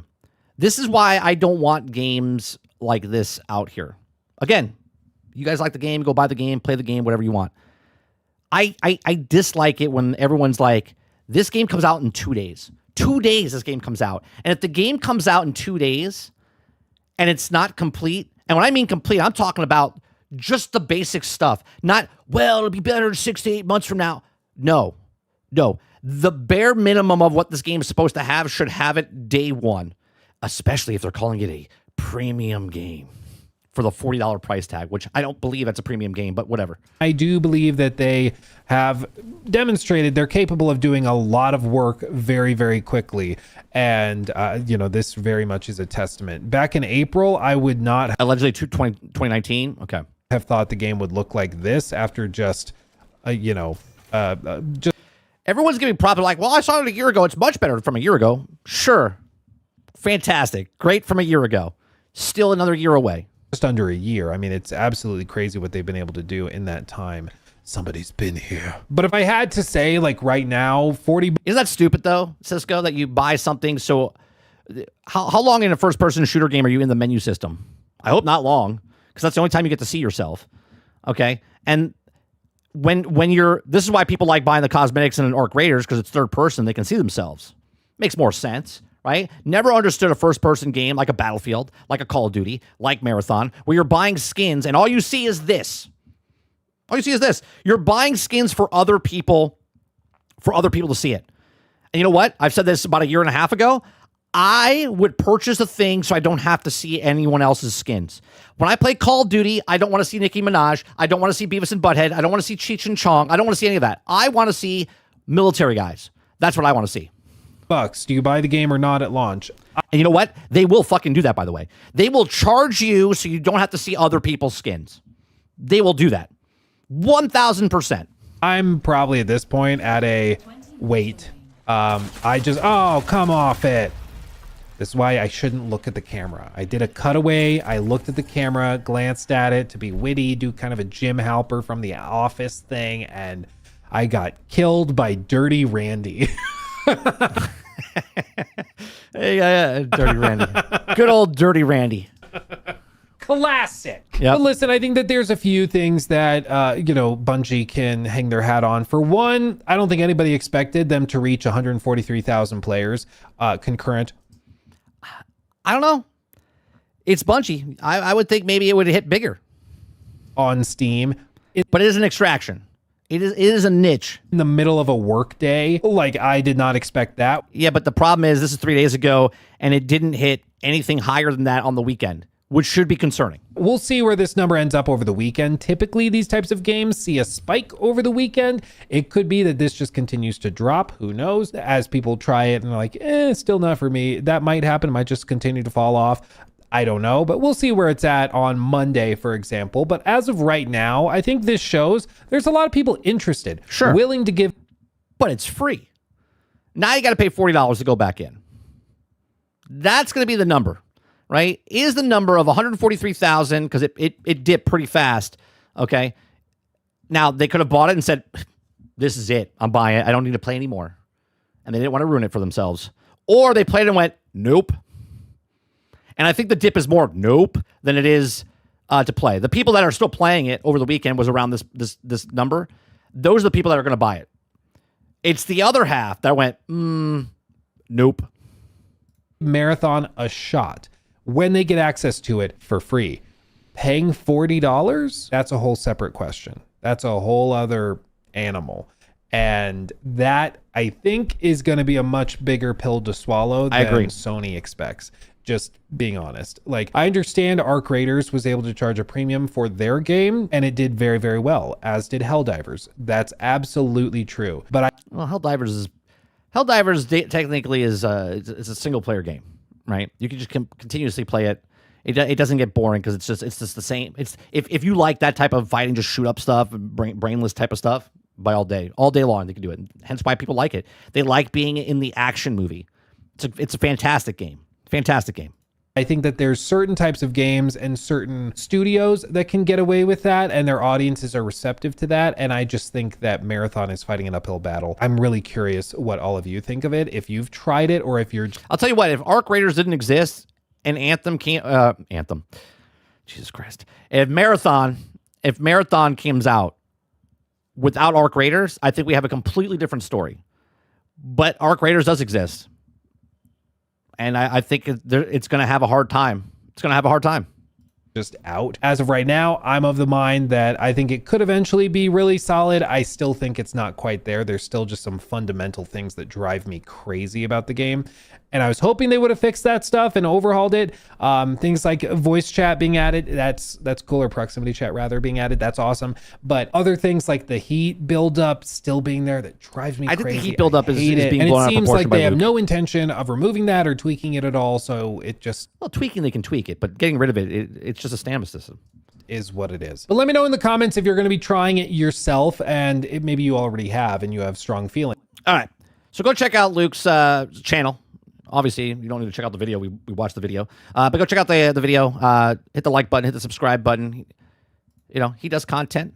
We watch his content sometimes. Let's go to this other story here about the UI. Okay. If you guys like what I do, we do this Monday through Thursday from 10 o'clock in the morning till noon Eastern. If you like it, hit that like button, hit that subscribe button. If you'd like to go above and beyond that, become a member as little as $5.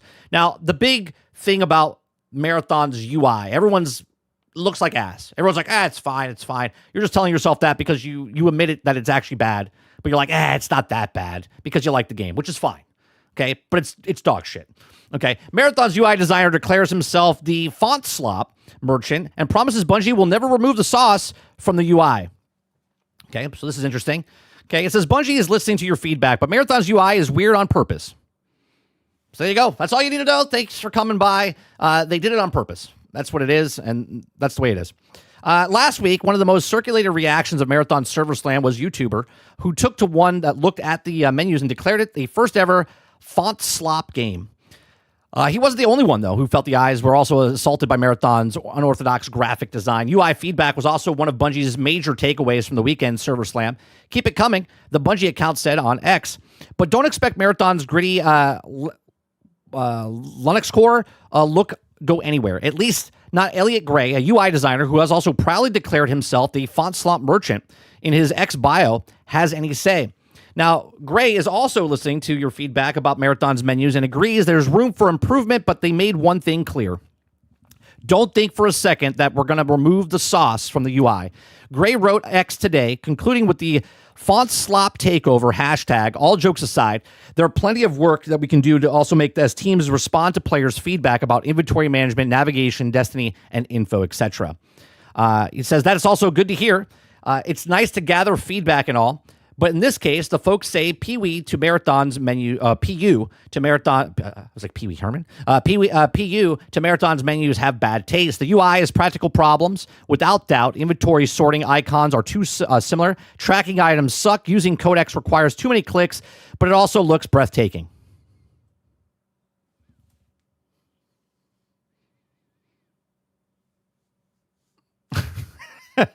I don't know if this looks breathtaking. This looks awful. This looks like a game that someone came up with and is just rough drafting what it is. Do you know what I mean? It doesn't look appealing. I understand the aesthetics of what they're trying to do. The note Pee-wee. Yeah, hates the UI. Yeah. He says, I reckon the reaction to the style has been so weirdly extreme because the art and graphic design has been sapped out of big budget games, especially in multiplayer shooters for a decade plus. Everything is not instantly recognizable, so it's bad. There's more to absorb on screen than the grid of rectangles, so it's also too much. Gamers are not used to seasoning their food. This is seasoning. I have a question. Let's just break this down for a second, okay? I'm assuming that this section here is like you can get upgrades and these will all fill in with other boxes. But why do you have to have these here now? That would clean up the thing a little bit, right? Like if it's not there, it's just blank type of thing. Just put just it's not there. And over here, you just take this away until you unlock it. Do you know what I mean? Like I don't think you need to have then obviously it's just block on block on block on block. Which, hell, fucking Minecraft doesn't even do block on block on block. So, like many aspects of Marathon, it also gets easier with time. After 21 hours with the Server Slam, I've come around to it in a big way and not clashing with menus. Oh my God. So basically, after 21 hours, you start to look at it and go, it doesn't look bad now. That's not saying it's good. That's just conditioning. You're going, oh, well, it is what it is. I love it. It's amazing. Oh, it's the best UI ever. Like, what are we talking about? What are we talking about? So there you go. Of course, Morgan Park. Guys, we have to make a song about Morgan Park. Like John Walker. Morgan has the weirdest takes. Which is, it is fine. It is what it is. I have my takes. He has his takes. But man, and then the developer here, I don't know if this is. Now you guys know what I say. Sometimes you got to turn into the skid, right? I think it's okay. I'll let it happen on this one. It's okay for him to turn into the skid on this, right? People are making fun of the UI system. He's like, you know what? I'm gonna take that. I'm gonna turn into the skid. I'm the Fontslop master. Okay. Hashtag Fontslop takeover. Right. He's just doing his job, and the people at his job said this is what we want, and he did what they wanted, and that's what they did. Now imagine if they actually hired the other person they stole the artwork from. If they actually did it, I would love to see. Man, let me tell you something. If I was if I forget the person's name that settled out of court that got paid by Bungie, I would love if they came out and made their style of what the menu system would look like. Holy shit, that would be such a good move. Talk about turning into the skid, right? They're like, yeah, let me just doodle a little bit and see if I can make a better menu system than the people that stole my artwork, type of thing. That would be priceless. Anti-real. Thank you very much, Krebsy. All right, that would be very interesting to see what happens there. So there's that story number 2 for Marathon. What do you guys think about the UI? Now I have a question, chat. I have a question. Is the UI make or break for you, right? Like, if you didn't buy this game, but you saw the UI system, you're like, you know what? I like extractions, but I don't like the UI or the art style of the game. Are you still going to pick it up because the gunplay is good, or are you not going to play it because it hurts your brain and your eyes?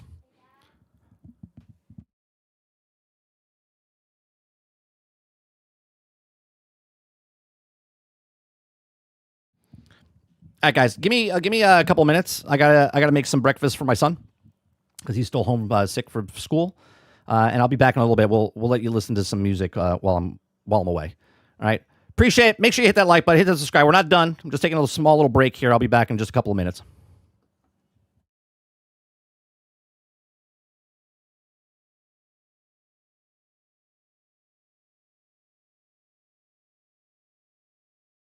Yeah. Money talks, we listen. Empire moves, but what about the mission? 50 billion, yeah, they bought the vision. Yeah. Investors in the boardroom, suits pressed tight. Counting green, flipping scripts overnight. Guns and football, yeah, that's the call. But what about the stories that we love most of all? Bioware legends now, whispers in the hall. Studios bending to the profit, feeling small. Kushner at the table, PF in the mix. Even the Saudis are now in the mix. Players in the chat like, yo, what's the fix? Empire moves, money calls the shots, but the heart of the game is tied up in knots. Investors rule, but we still play. Holding hope while the cash takes a day. Empire moves, who's really in control? They count the billions, but who owns the soul? Who owns the soul? Who owns the soul? Who owns the soul? Every AAA title, every indie grind. Now wait in spreadsheets, creativity confined. Promises whispered, nothing will change. But corporate hands don't play the game. The fans remember nights we stayed up late, exploring worlds they might try to desecrate. Passion can't die, it's coded in the heart. But will it survive when profit tears it apart? Empire moves, money calls the shots, but the heart of the game is tied up in knots. Investors rule, but we still play. Holding hope while the cash takes a day. Empire moves, who's really in control? They count the billions, but who owns the soul? Who owns the soul? Who owns the soul? Who owns the soul? $50 billion, but what do we lose? Stories and worlds replaced by corporate cues. Gamers still grind, we don't bow, we resist. Creators still dream, still pushing the twist. Legacy over ledger, that's how we survive. The heart of the game keeps the stories alive. Empire moves, but we're still in the fight. Playing for the passion, not just the night.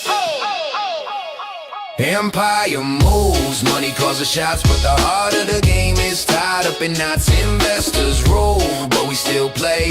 Holding hope while the cash takes a day. Empire moves, but the soul still whole. Gamers and creators, they own the soul. Ooh, they own the soul. Gamers and creators, they own the soul. Empire moves, money calls the shots, but the heart of the game is tied. Empire moves, money calls the shots, but the heart of the game is tied up in knots. Empire moves. Empire moves.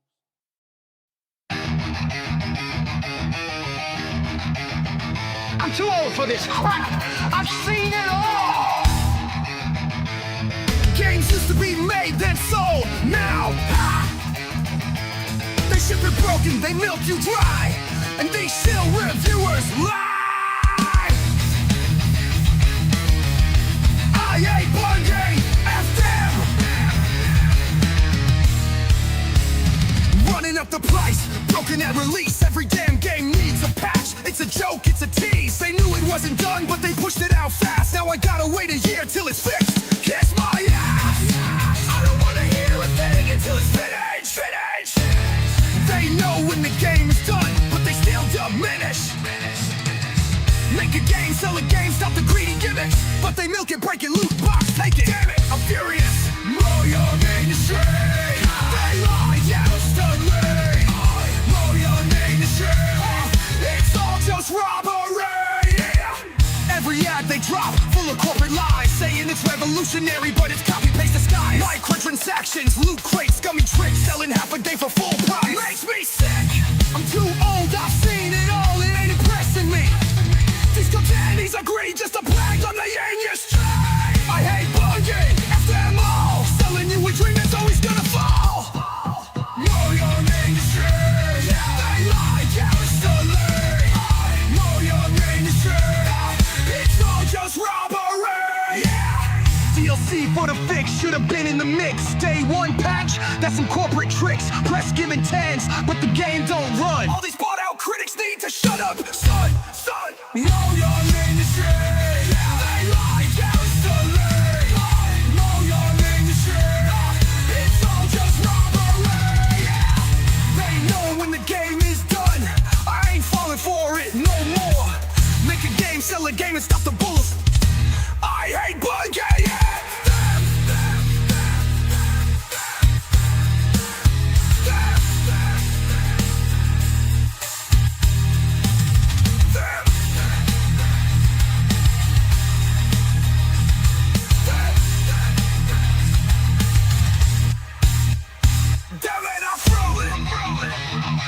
No more.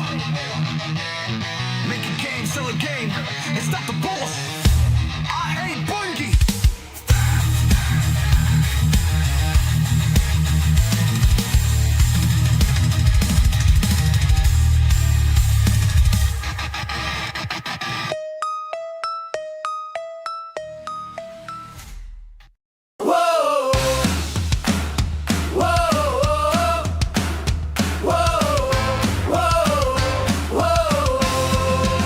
They showed up on the big stage, bright lights, loud sound, Game Awards, hype, whole crowd. Looking around, logos on the screen, promises in the air. Next big thing, yeah, they swore it was there. Then the silence hit like the mic went dead. No updates, no news, just rumors instead. Month and a half of not a damn word. Now it's surprise launch like we never heard. Is it finished? Is it ready? Is it live or a test? Is it a demo build dressed in a vest? They say trust us, yeah, we've heard that before. Same old story from the corporate store. Call it Midgard, not quite there. Call it overguard, overpromise there. Call it high watch, just watching it fall. But they still call it high guard, like it's standing tall. Free to play, but it's paying in time. Not complete, not polished, not ready to shine. They say it's gold, but it's barely bronze. High guard name, but the hype is gone. Hype. All right. Sorry about that.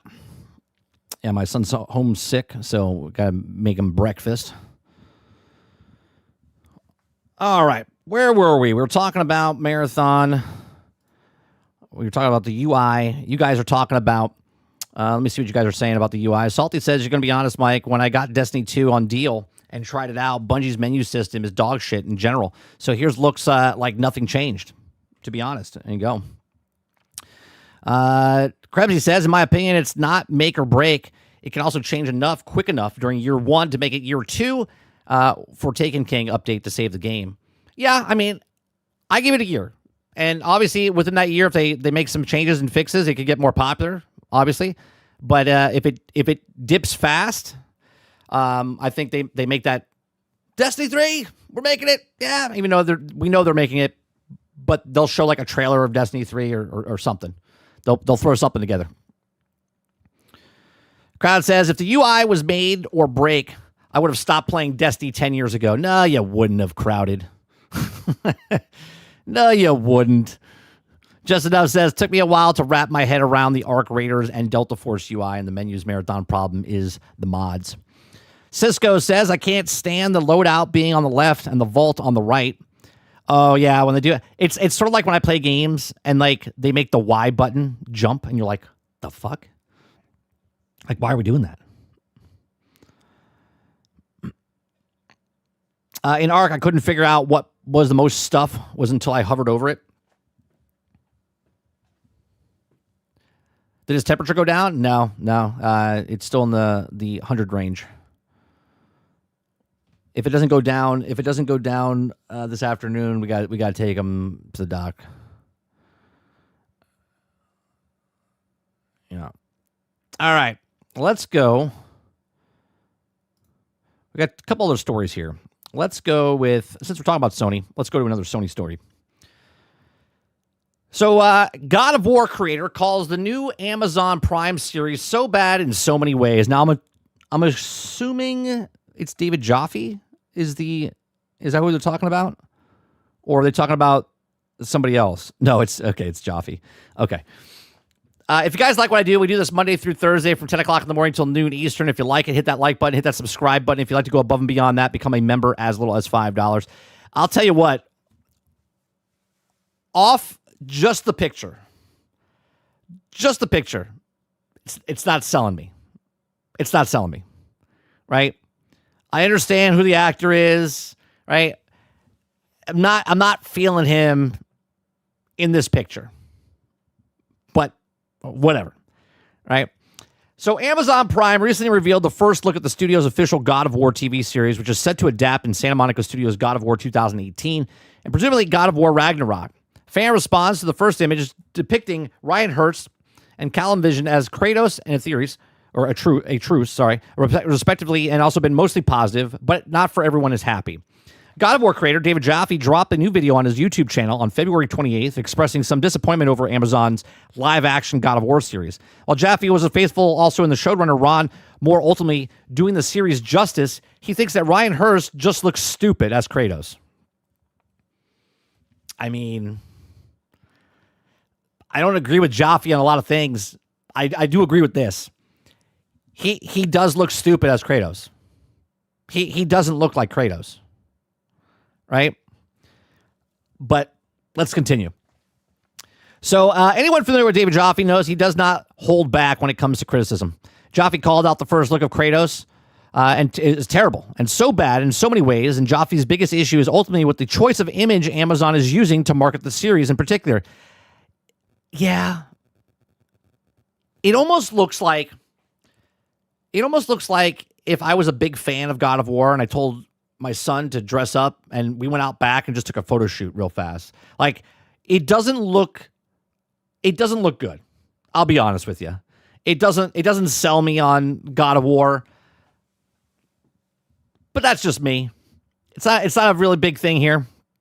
It says Jaffe also mocked Ryan Hurst's pose and facial expression in the reveal, saying that it looks like he's shitting in the woods.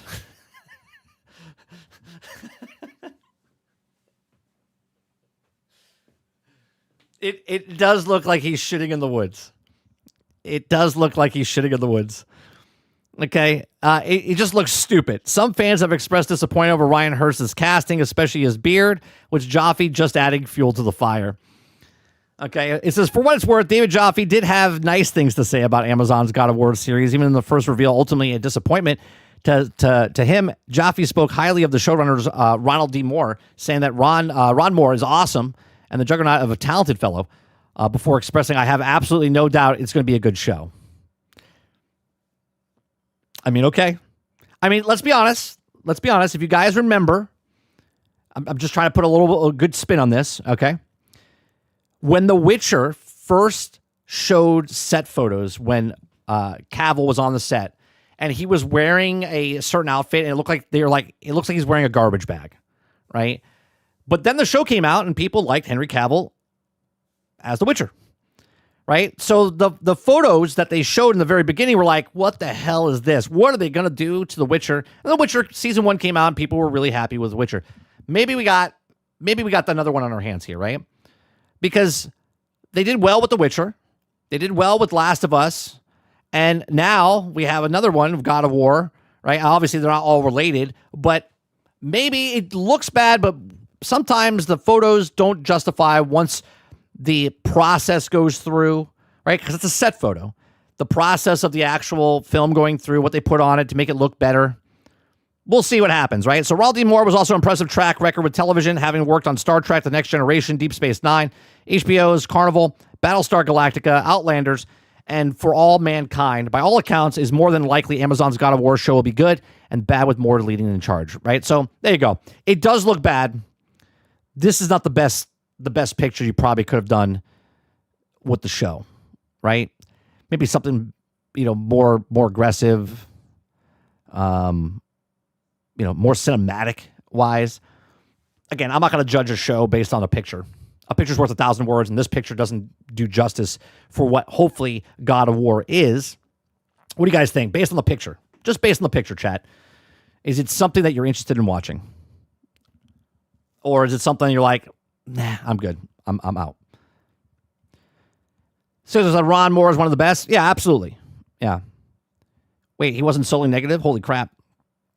Waterbear says, give him 1,000 milligrams a week of testosterone, feed him 10,000 calories a day, let him live in the gym, make beard thicker, win. Crowd says, honestly, I think the new guy looks more like Gerard. Oh, you're talking about in The Witcher. What's the guy's name? Hemsworth, right? Chris Hemsworth's brother, Liam Hemsworth is the new Witcher.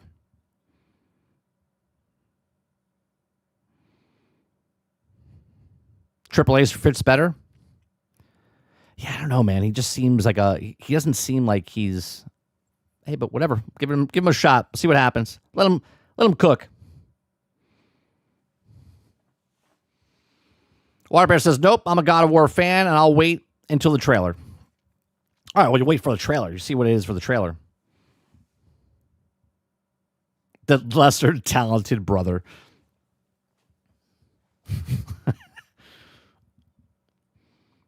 What's going on, Argus? All right, let's go from that to, what is this one?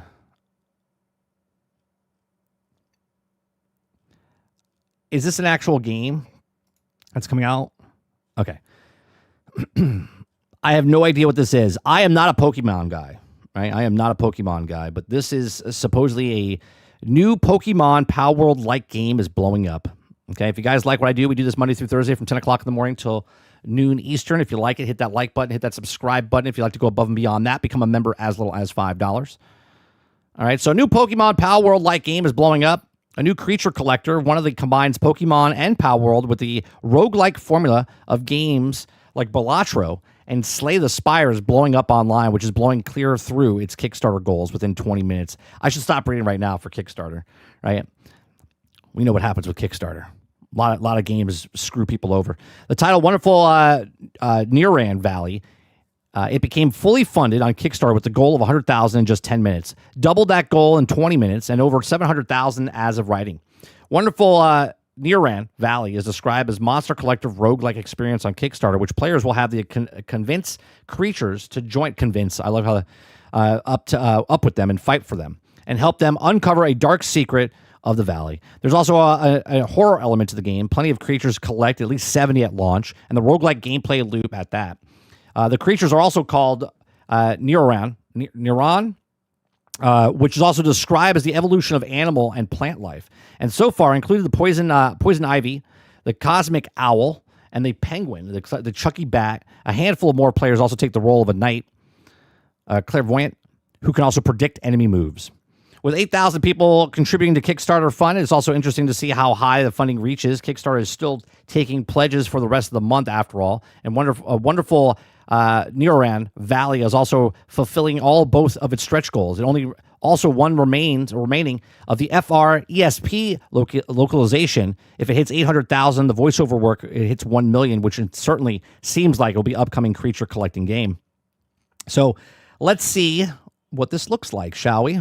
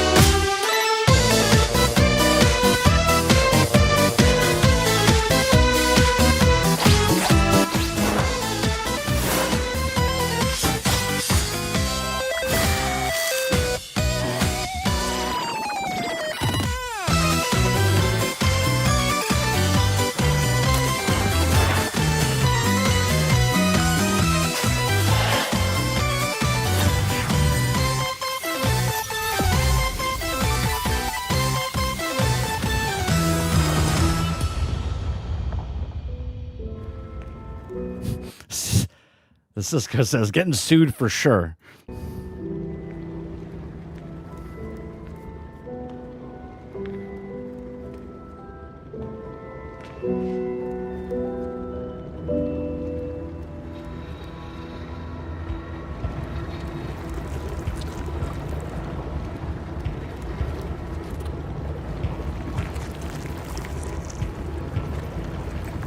What the hell's happening?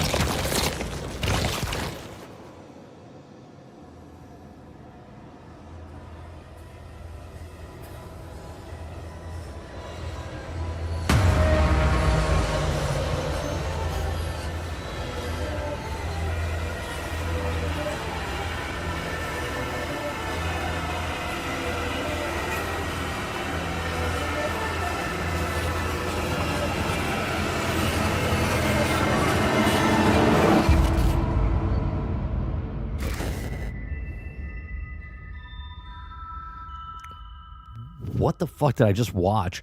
Like the front part of that trailer was like it was all like happy go lucky, and then I was like, I'm gonna murder you. Like what is happening there? So there you go, chat.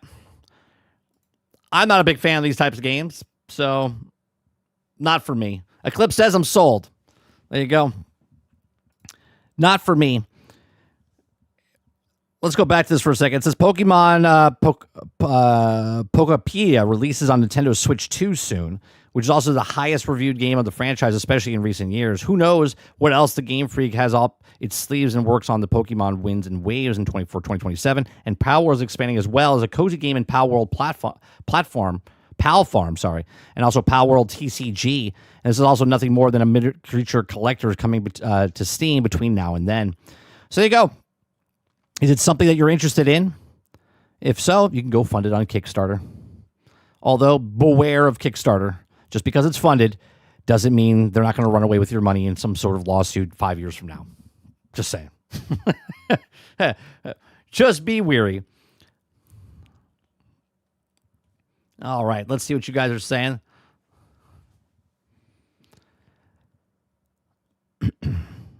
Cisco says they're going to get sued.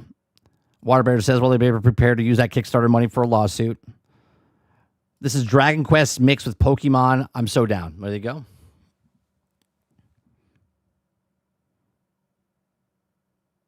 Remember, no throwing circular objects, right? You're not capturing. You're walking up to them and then you're interviewing them to see if you're trying to convince them to join your squad. Hey, it kind of takes the whole thing out of it, doesn't it? It's like, excuse me, sir. Yes, I would like to know if you would like to join my army. I was going to throw this ball at you, but I can't because of legal reasons. But I would like to know if you would like to hop into it. Would you like to come with me and into the ball, a sphere, right? Because I can't throw this. If I throw this, it's a lawsuit. But if I convince you to walk into the ball, then we're good. Like, what are we talking about? If I throw this thing at you, it's lawsuit. If I don't throw it, we're fine. All right, the next one.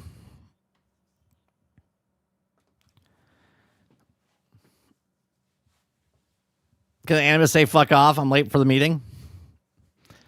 So, High Guard player count has almost hit double-digit territory. I mean, let me tell you something. Round of applause. It's hard. It's hard to go from 100,000 concurrent players, just shy of 100,000 concurrent players, to get to all the way to double digits. It was a long, hard fight, but they've done it. High Guard continues to flounder following the game's disastrous launch, and nothing we're hearing from both the project and the studio of Wildlight Entertainment bodes well. In January, High Guard dropped after almost 2 months of radio silence from the developer of promoting it fell flat on its face, making one of the biggest failures in gaming history. Well, all right, let's settle down. Okay, that still belongs to Concord. All right, chat.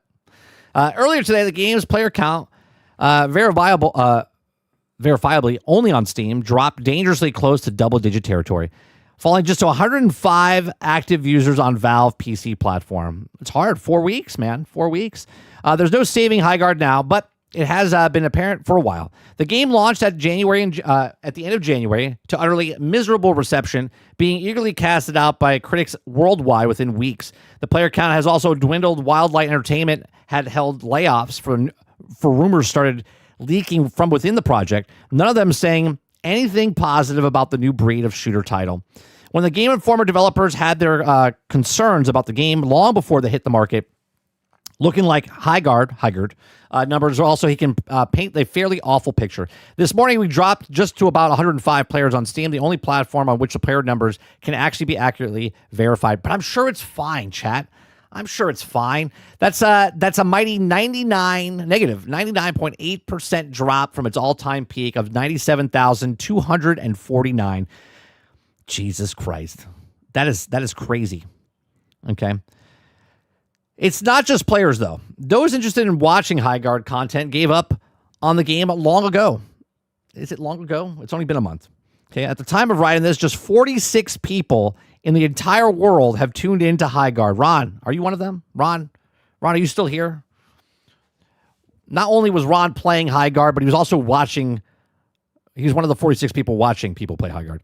Okay. On January 26th, 382,000 views were watching, making up their mind as to whether or not they wanted to give the game the time of day or not. Now, I have a question. Did all these other content creators come out and just give it a shot, give it a thing? Oh, it's the greatest thing ever. Did they protect this game with all their heart? No, they didn't. They abandoned it as fast as they could. Let's go on, Aaron. Aaron says, should I upgrade it to a PlayStation 5 Pro? I have a base PlayStation 5. Well, if you've got, $600 that you want to blow and got to get rid of, I mean, sure, why not? Ron is playing Marathon with Crowded.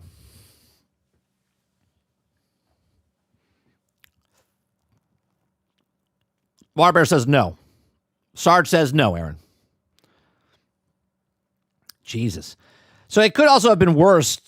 Could have been worse. What do you mean it could have been worse? Highguard was supposed to be the shadow drop, but also Jeff Keighley has reportedly admitted to have an occupant of prestigious final reveal at the Game Awards in 2025. It's never nice to see a game die, especially not that one that was revealed in such a gusto. Okay. It also became a talk of the town for a while. Yeah, because they weren't talking. It became a talk of the town because no one was talking. But even a creator-backed investment couldn't do anything to muster up traction at launch. The path forward for Highguard is effectively non-existent at this point. That's a shame. No, it really isn't a shame. It really isn't a shame, right? Because just like anything out there, anything, I'll use my channel as an example, as I always do, because it's always nice to be self-deprecating to yourself, right? So nobody knows my channel except the people that are here now, right? Now, they could have put it out there and they could have built up something, but they didn't. They said nothing to the absolute thing. They got funded from Tencent. They kept it quiet. Even in interviews when people were asking, how did they get this? They were like, oh, we don't want to say. But then it leaked out that it was, and these are the ones saying they were they had no investments or whatever else. They're like, who are these people, right? People ask questions. People are like, where is he coming from? How many years they worked on it? How many people are working on it, right? All of these things are, and 2 + 2 = 4, right? If there's 100 people working on the game for 5 years, then you go, okay, well, let's add that up. The average salary plus the amount of time they put, and this is what the budget costs. They're having a free-to-play game. There's no advertisement for it. Who's the connection? This is why people were asking questions back then when they said, Jeff, do you have any kind of, financial investment in this? And he said no, which is, I guess, true. But he has financial investment in his award show, and people that sit on the board have investments with things that they're also putting out. So it comes around that Tencent has investment in this, and people are like, well, why didn't they just say that? Why do they have to put the indie title of the stuff where they just say, we made this, now you have to buy it? Obviously, let's go look at it for ourselves right now. See if Highguard check-in. Okay, 208, 460 people. Okay, just to put it in perspective, okay? 208 people in the game right now. At the end of my stream, I'll have 300 people that come through the door, right? Views, I should say. Some people, if you guys leave and come back, I will have 300 views, right? I am a nobody channel, and I'll get 200, 300, 400 views, right? There is 46 people watching this game at the time of that article being written, and there's 208 players playing this game. It is so... Got down to 128. Wait, did it? Oh, you're saying it's 208 now, right? Like, it is. This is bad. I mean, look at this. Those of you that don't play the stocks or anything, if your stock does this, it's a bad stock. Okay. Now, I know people are like, well, it's a good game. It's a good game. No. If it was a good game, it would be like, I don't know. Well, I guess we could do Arc Raiders, right? We could do Arc Raiders, right? This is what a good game looks like when it goes up and then flounders and comes back. And right, this is 4 months later. This is not, and even the 4 months, right? This is the week. This is the month. This is the last 48 hours. Well, it's nice and average. It's going across the board, right? You don't want to be Battlefield, right? You got Battlefield, right? This is also bad. You don't want to do this either. This is also bad, right? The last 48 hours looks pretty good, but it still lost 50,000 people. So, yeah, here you go. Everyone's like, "Oh, it's a good game. It's a good game." But we'll see. We'll see how long it lasts. I said by summer it'll be gone. It's going to be gone way before the summer. Okay. 20 people working on High Guard as of right now. That's it. The last thing I want to talk about, or one of the last things I want to talk about, is that yesterday we were talking about when we were playing some Hightail. Altern was telling me that on YouTube or whatever, people were talking about how the embargo is going out on March 18th. The embargo lifts for Crimson Desert. Okay. Now, I've done this in the past with other games, and I told people this is why you don't pre-order, regardless of how hyped you are about the game. Okay. Now, the embargo goes on March 18th, and it releases 1 hour before it actually releases. So they're holding reviews back until 1 hour before it actually drops. Now, the problem with this for Crimson Desert is that people are asking for codes, because right now people are reviewing it. They're reviewing the game right now, and people are asking for codes for console, but they're not giving console codes out. They're only giving PC codes out. Okay. This is a big red flag for me, because this is the exact same thing that happened to Cyberpunk back in the day. This is the exact same thing that happened to other games in the past, where one was optimized, the other one wasn't. Now, I'm not saying that Crimson Desert is going to be unoptimized for console. It could work really well. But the fact that the embargo lifts 1 hour before it launches, okay, 1 hour before it launches, and they're not giving codes out to consoles, I'm telling you as a internet friend, if you are going to buy this on console, please do not buy it on console. Do not pre-order. Hold your money. Keep your money until the actual embargo lifts, actual reviews come out for your actual system to see if it runs. If you don't care about 30 frames or 60 frames or optimization, by all means, go ahead and buy the game for your console. And I don't want to hear from you when the game comes out unoptimized for your system. Now, if you're buying it on PC, I think you're fine. They come out and told you what it's going to run. Okay. But the fact that they're hiding the embargo under the embargo 1 hour before the game comes out, and they're not giving codes out for the consoles, means they're still working on optimization up until the last possible second for the game to come out. This is why I tell people, do not pre-order, do not buy day one. Just wait. Just give it a second. If you're not buying it because of the collector's edition or anything like that, you're just hyped for the game, just hold off. Because I was right about Skull and Bones. I was right about Cyberpunk. I was right about Battlefield 2042. I was right about a lot of these games. Just, you can spend your money how you want. But trust me, if you're on console, just hold off for a second. Just wait a second. Wait for the reviews to come out, just so you know it's optimized. Because if it comes out unoptimized, you're just getting a worse worst version of the game until they optimize it. And again, maybe it comes out and it's optimized and there's no problems. But history repeats itself for reasons, okay?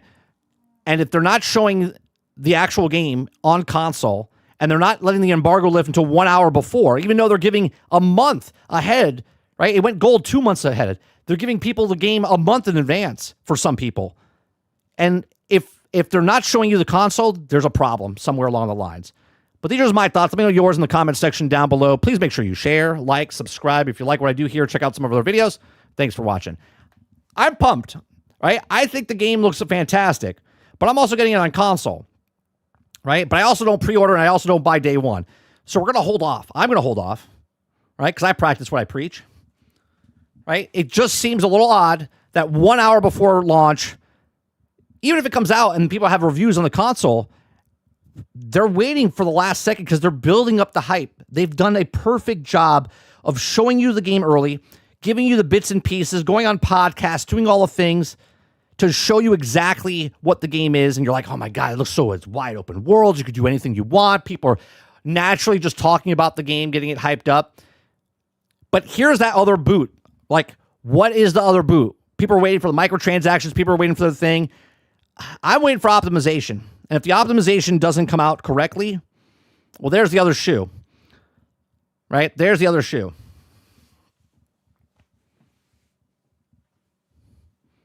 Cisco says, same red flag, different day. Yeah, you just got to wait. You just got to wait. I don't want to be correct, by the way. I don't want to be correct. But I also don't want people to get dicked over because they buy a game and they're like, I already bought it. It's no big deal. Krebsy says, Black Desert about to get Crimson Desert. Soon we may even have a Glass Desert.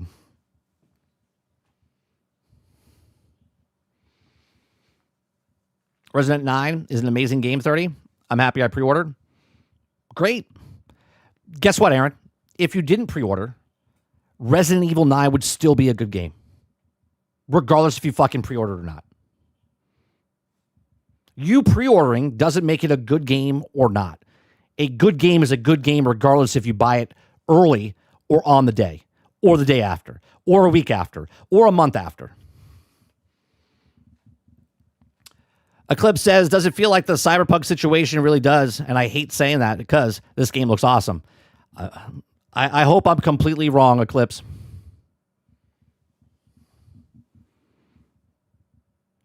Aaron says, it's because you're saying people shouldn't pre-order games. I'm saying people shouldn't pre-order games because they're unoptimized, broke, buggy, and unfinished. Is Resident Evil 9 broke, buggy, and unfinished? No, it's not. So even if you pre-ordered it, it wouldn't be a problem. So what you're doing right now is you're being offended for people that are buying games that pre-order. You could take your money and do whatever you want with it. You could buy hookers. You can buy video games. You can pre-order anything you want. My whole point is telling people, don't pre-order games if you're not sure on something. That's the whole thing.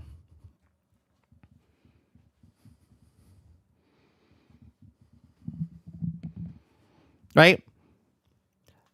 I am more right than wrong when it comes to buying a game early and then coming in here and then going, well, my game's broke and, it's so stupid that it's broke. You're a moron. If you buy a broke, buggy game and then come into a place to complain about the broken, buggy game, even though people told you not to buy the game early or pre-order the game, I don't want to hear from you. I don't, because you are the problem. And I'm not saying you, Aaron. I'm saying in general, when people complain about something and they're like, how does this get fixed? You don't buy it day one. You don't pre-order the game. You wait for the game to actually come out and people play it and tell you. Not people that are paid for, not people that are shilled for, not people that got it handed to them. People that buy the actual game themselves, play the actual game, and give you their thoughts on the actual game. If you don't care about reviews and you don't care about all that stuff, then I don't care that you don't care.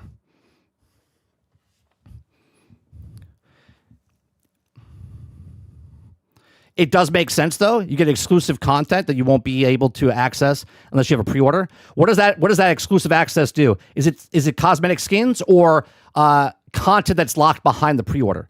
If it's the content locked behind pre-order, that's bullshit. If it's skins, you're going to use that skin in about 3 seconds, and then you're going to get something better in the game, or you're going to buy a microtransaction. But there is no microtransactions in this game. So you're going to get microtransactions that you're going to use in the game, and you might wear it, but then you might find something in the actual game and then switch it out. So was the microtransaction worth it? Who are you showing that to? It's a single-player game. Are you going to hang it up on your wall? You're going to take a snapshot, a screenshot, print it out in a Polaroid picture, and then hang it up on a wall for you to go, oh, there's my early access skin I got. Sure, if you're getting the digital art and soundtrack, cool. But you're not getting it for the game then, Aaron. You're getting it for the soundtrack and the art book.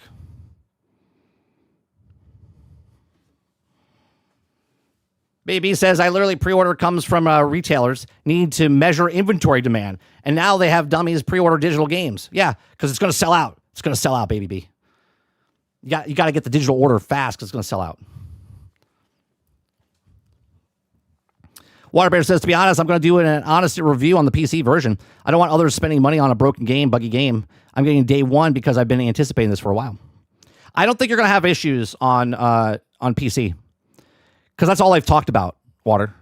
I'm specifically talking about for the console. Specifically talking about console. Right? It's the exact same formula that happened to Cyberpunk. Exact same thing. Closed doors, people played it behind the scenes. People pre-ordered the game, or not pre-ordered. People got to play it early. The embargo didn't lift until right before the game came out. Then reviews came out, they're like, oh, the game is awesome because they played it on PC, an optimized version of it. And then console version came out and shit the bed. And everyone's like, well, you should get a PC. Go fuck yourself, right? I have a console that they told me it was going to work, and then it was broke, right? So it was unoptimized for the console. This feels exactly the same. The temperature is the exact same. They've hyped up the entire thing, showing PCs, showing it run on PC, telling you the specs, telling you all the stuff, giving people early, a month early, but the embargo doesn't lift and no one's got codes for the console. Looks a little weird.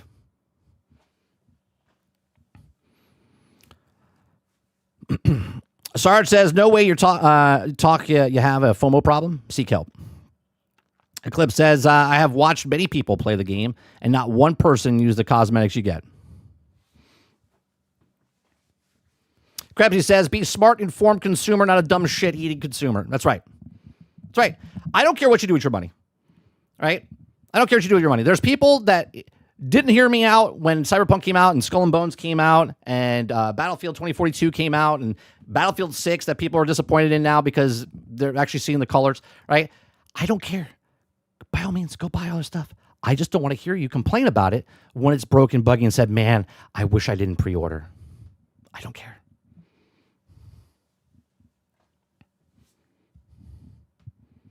Go tell someone else in another stream that told you to go buy it pre-ordered and was, licking the underbelly.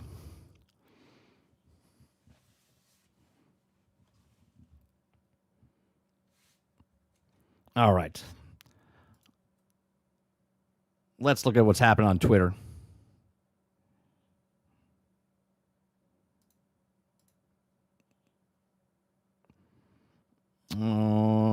What's happening? Bungie Server Slam feedback. Okay, let's see what this is. Let's see the feedback from Paul Tassi here. All right, I'm back with another marathon video. We are full day out from the end of the Server Slam and 48 hours away from actual launch, given that those were put back to back. It's also happy Shadow and Order launch day for Destiny. At least what was that, and now it's delayed a million years. Anyway, I thought there were some straggling marathon stories, kind of recapping everything at the end of this in the last 24 hours or so. I'm not recapping the thing again. Cisco says, hey, don't talk bad about Cyberpunk. I finally bought it last year, and it's fantastic. Sure, but it wasn't fantastic when it came out 4 years ago, right? And I did that yesterday, but Krebsy says, speaking of marathon, they just released a roadmap. Of course they did. There's a few new things and some stuff that Bungie put out that I think is at least worth going over. There's a couple separate things here. We'll start with a message from Elliot Gray, who is a UI designer on Marathon. There have been many complaints about the UI. I would say that the UI has the most complaints about anything in terms of what people are not really liking about the game. A lot of that has to do with like the stuff in the menus. Some of it is like what's on screen at a given time when you're playing, but more of it is like menus, inventory, stuff like that. We'll look up the roadmap in a second. So first of all, he's responding to a tweet from Luke CB14 where he says he redesigned Marathon's UI and he just like made a mock-up of the portal, which is very funny. And then Elliot says, all jokes aside, there's plenty of work we can and will do as a team to respond to player feedback about inventory management, navigation, density of info, etc. 100% Argus. But that's where we are, right? We're at the moment of before the game comes out, not 5 years after, where the game is fantastic. Game could have been fantastic at launch, but they made all their money up front and then took 3 years to fix it. That's the problem. But don't think for a second we're going to move this. And here's the thing.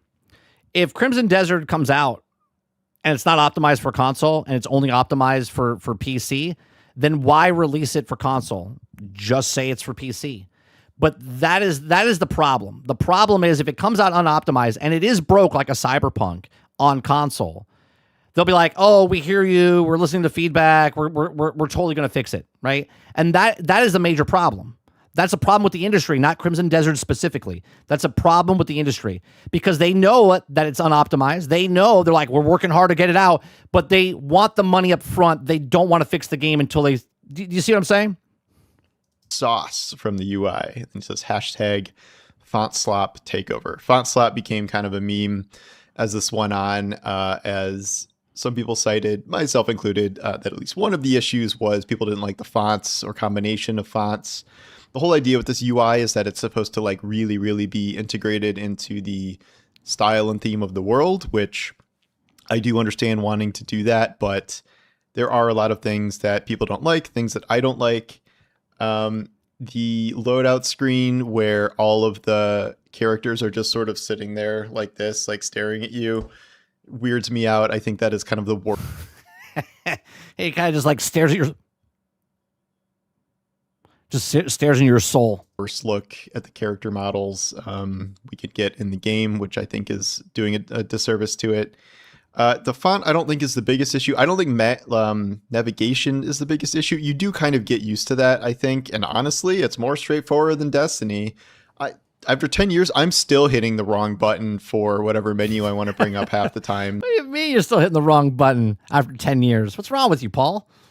In Destiny, or forgetting like which one is collections or which one that is or which one these different things are. So it's less complicated than that, but I get why that could probably use some work as well. The biggest complaint I think I've seen is the density of what you need to learn about the items. There are kind of two aspects to this where there's a lot to read about these individual items and like what they're reading is so 1900s used for at any given time, whether that's in your vault or if you're just trying to collect stuff. There's like a big paragraph half the time about what this actually is, what it's doing for you. And there's just so much stuff. And you can say that eventually you're going to kind of remember what things are on site, what you're looking for, but I do see how it is pretty overwhelming at first. I agree with a lot of people who say the biggest issue is the fact that all of these icons, well, a lot of them just sort of blend together, even though a lot of the time, even if it's an identical icon, it can still... I mean, technically, Baby B, it's not a brand new sci-fi world. Marathon exists. There's a older version of the game that used to be a story-driven game. So it's... The sci-fi world's been there for 25 years. It'll be drastically different. Like, I think one example is there's 25 years? Yeah. Kinds of shields. Like, one has 2 shield bars, and then one has 1 shield bar that does half damage, which is like a different shield strategy kind of, but they have the exact same icon. And then half of these things are just like little 1 square rectangle icons where, again, you sort of have to memorize what they actually are because just so many of them look so similar, or many of them just don't look like... I really want to know I really want to know. Sorry, Paul. Like anything. That's a better face. I really want to know if the art that was stolen was part of the overall art design, or is it in the game? Was it part of the menu systems? Was it part of this aesthetics? Because I wonder if the menu system looks the way it does because they had to scrap it and they didn't have enough time to make a new one. So this is what they're going with. And they chose this, and this is what they're doing. Again, speculation. Don't know if this is what the problem was. Maybe it'll come out down the road. Really, and you sort of just have to guess or memorize what they are. So I think those are kind of the biggest issues. So we'll see what they iterate on. Things are not changing in 48 hours here. I think this is one thing where... Here's the thing, right? So Argus says, yeah, this is the best we can hope for these days, is to pray a game is eventually be good, and rare for a game to be great at launch. My issue is, like right now, I'm playing the demo of Windrose on Steam, right? I know it's a demo. So if I have problems with the demo, I assume that it's a demo and they'll fix it when the game comes in early access or whatnot. I'm playing Hytale. Hytale's in early access. I know that I paid a cheaper version of it. It's in early access, and they're going to make the game better as they go to the full release. I'm okay with all of this stuff, early access games and stuff like that. I'm okay if an early access game closes down. I know it's early access. But when a game is launched, gold, 40, 50, 60, 70, 100, $120, and I'm waiting for that game to be patched and fixed like an early access game, I have a fundamental problem with that. Fundamental problem with that. If you want to say that Marathon or Cyberpunk or Battlefield 6 is an early access game and you're paying a cheaper price and you get to play the game and then 6 months from now it's a better version, cool. Cool. Grounded 2 is on Game Pass. You could pay $30 for it, and you know it's an early access, and they're actually fixing the game until to launch. But when the game is launched, gold, that's their term, gold, meaning fully complete, make a game, sell a game, and then it comes out, and I got to wait day 1 patch, week 1 patch, month 1 patch, 5-month patch, 8-month patch, 1-year patch. This is a 2.0 system. What the fuck are we talking about? The game is not complete. And when people say, well, it'll get better over time, what are we talking about? The base game should be finished, a full game.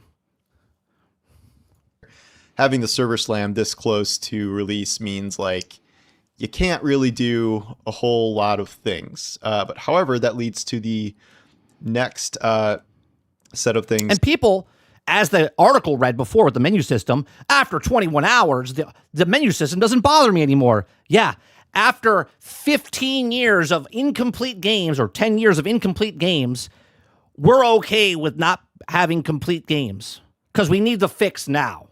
That Bungie laid out in terms of... And I'm talking about the fix, not the actual fix of the video game. Like weekends recap in terms of like what they... learned, what they're tracking, and potentially what they're going to change. And then they have already fixed some things, mainly bug stuff. So it does show that whatever may happen with launch, they can fix stuff relatively quickly. So I'll just go through what they talk about here. They talk about additional queue options. Currently, you have the ability to run solo, whether you're a rook or a runner, and you can queue with a duo or trio, but they've heard feedback about duo lobby specifically. Krebsy says you could probably change the UI with it had 2 weeks between server slam and release. Sure, but what was the other game? Oh, wait, that's right, Battlefield 6. Their UI sucked. Did they change that in any way, shape, or form? No. No, they did not. Not promising anything, but they're, absorbing that feedback. Unbinding keys. Players on console especially want to unbind a key, and you can't do that right now. I also did want to do that on PC a few times, but I could not do that. And so that's they call that fresh topics, which I think they had just heard toward the end of it, but now... Crowd says, I don't want a dedicated duo lobby. Well, they already fixed it. I love how they said they fixed it. Even though it wasn't in the game at launch. Well, it is before launch, before server slam. They're like, oh, let's keep this out. People will ask for it, and then we'll put it in. And then everyone goes, they listen to us.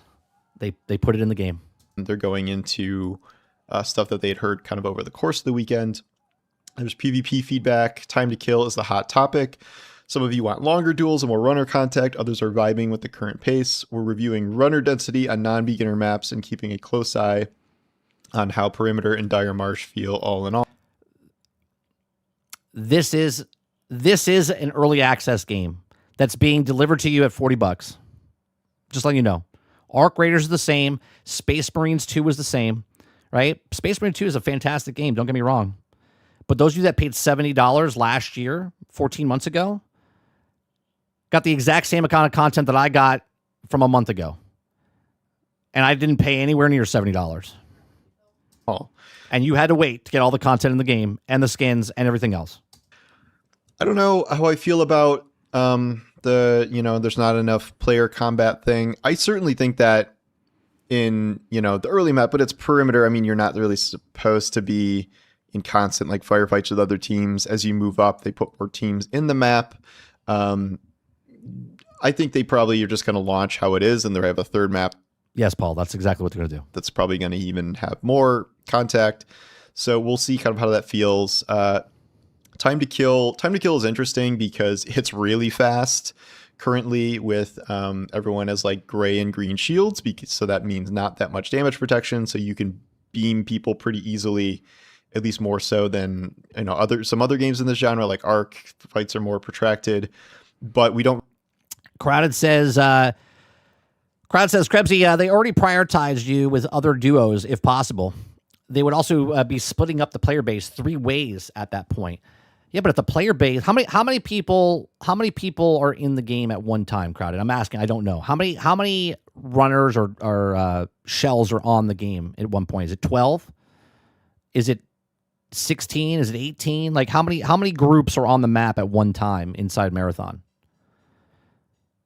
Right? Because all PvP games, they all need a big player base so you don't wait a long time inside servers and whatnot, right? You would hope that you would have enough people that they could do duos, trios, and solos, especially since there's NPCs already on them that you're fighting as well. I think it varies per map.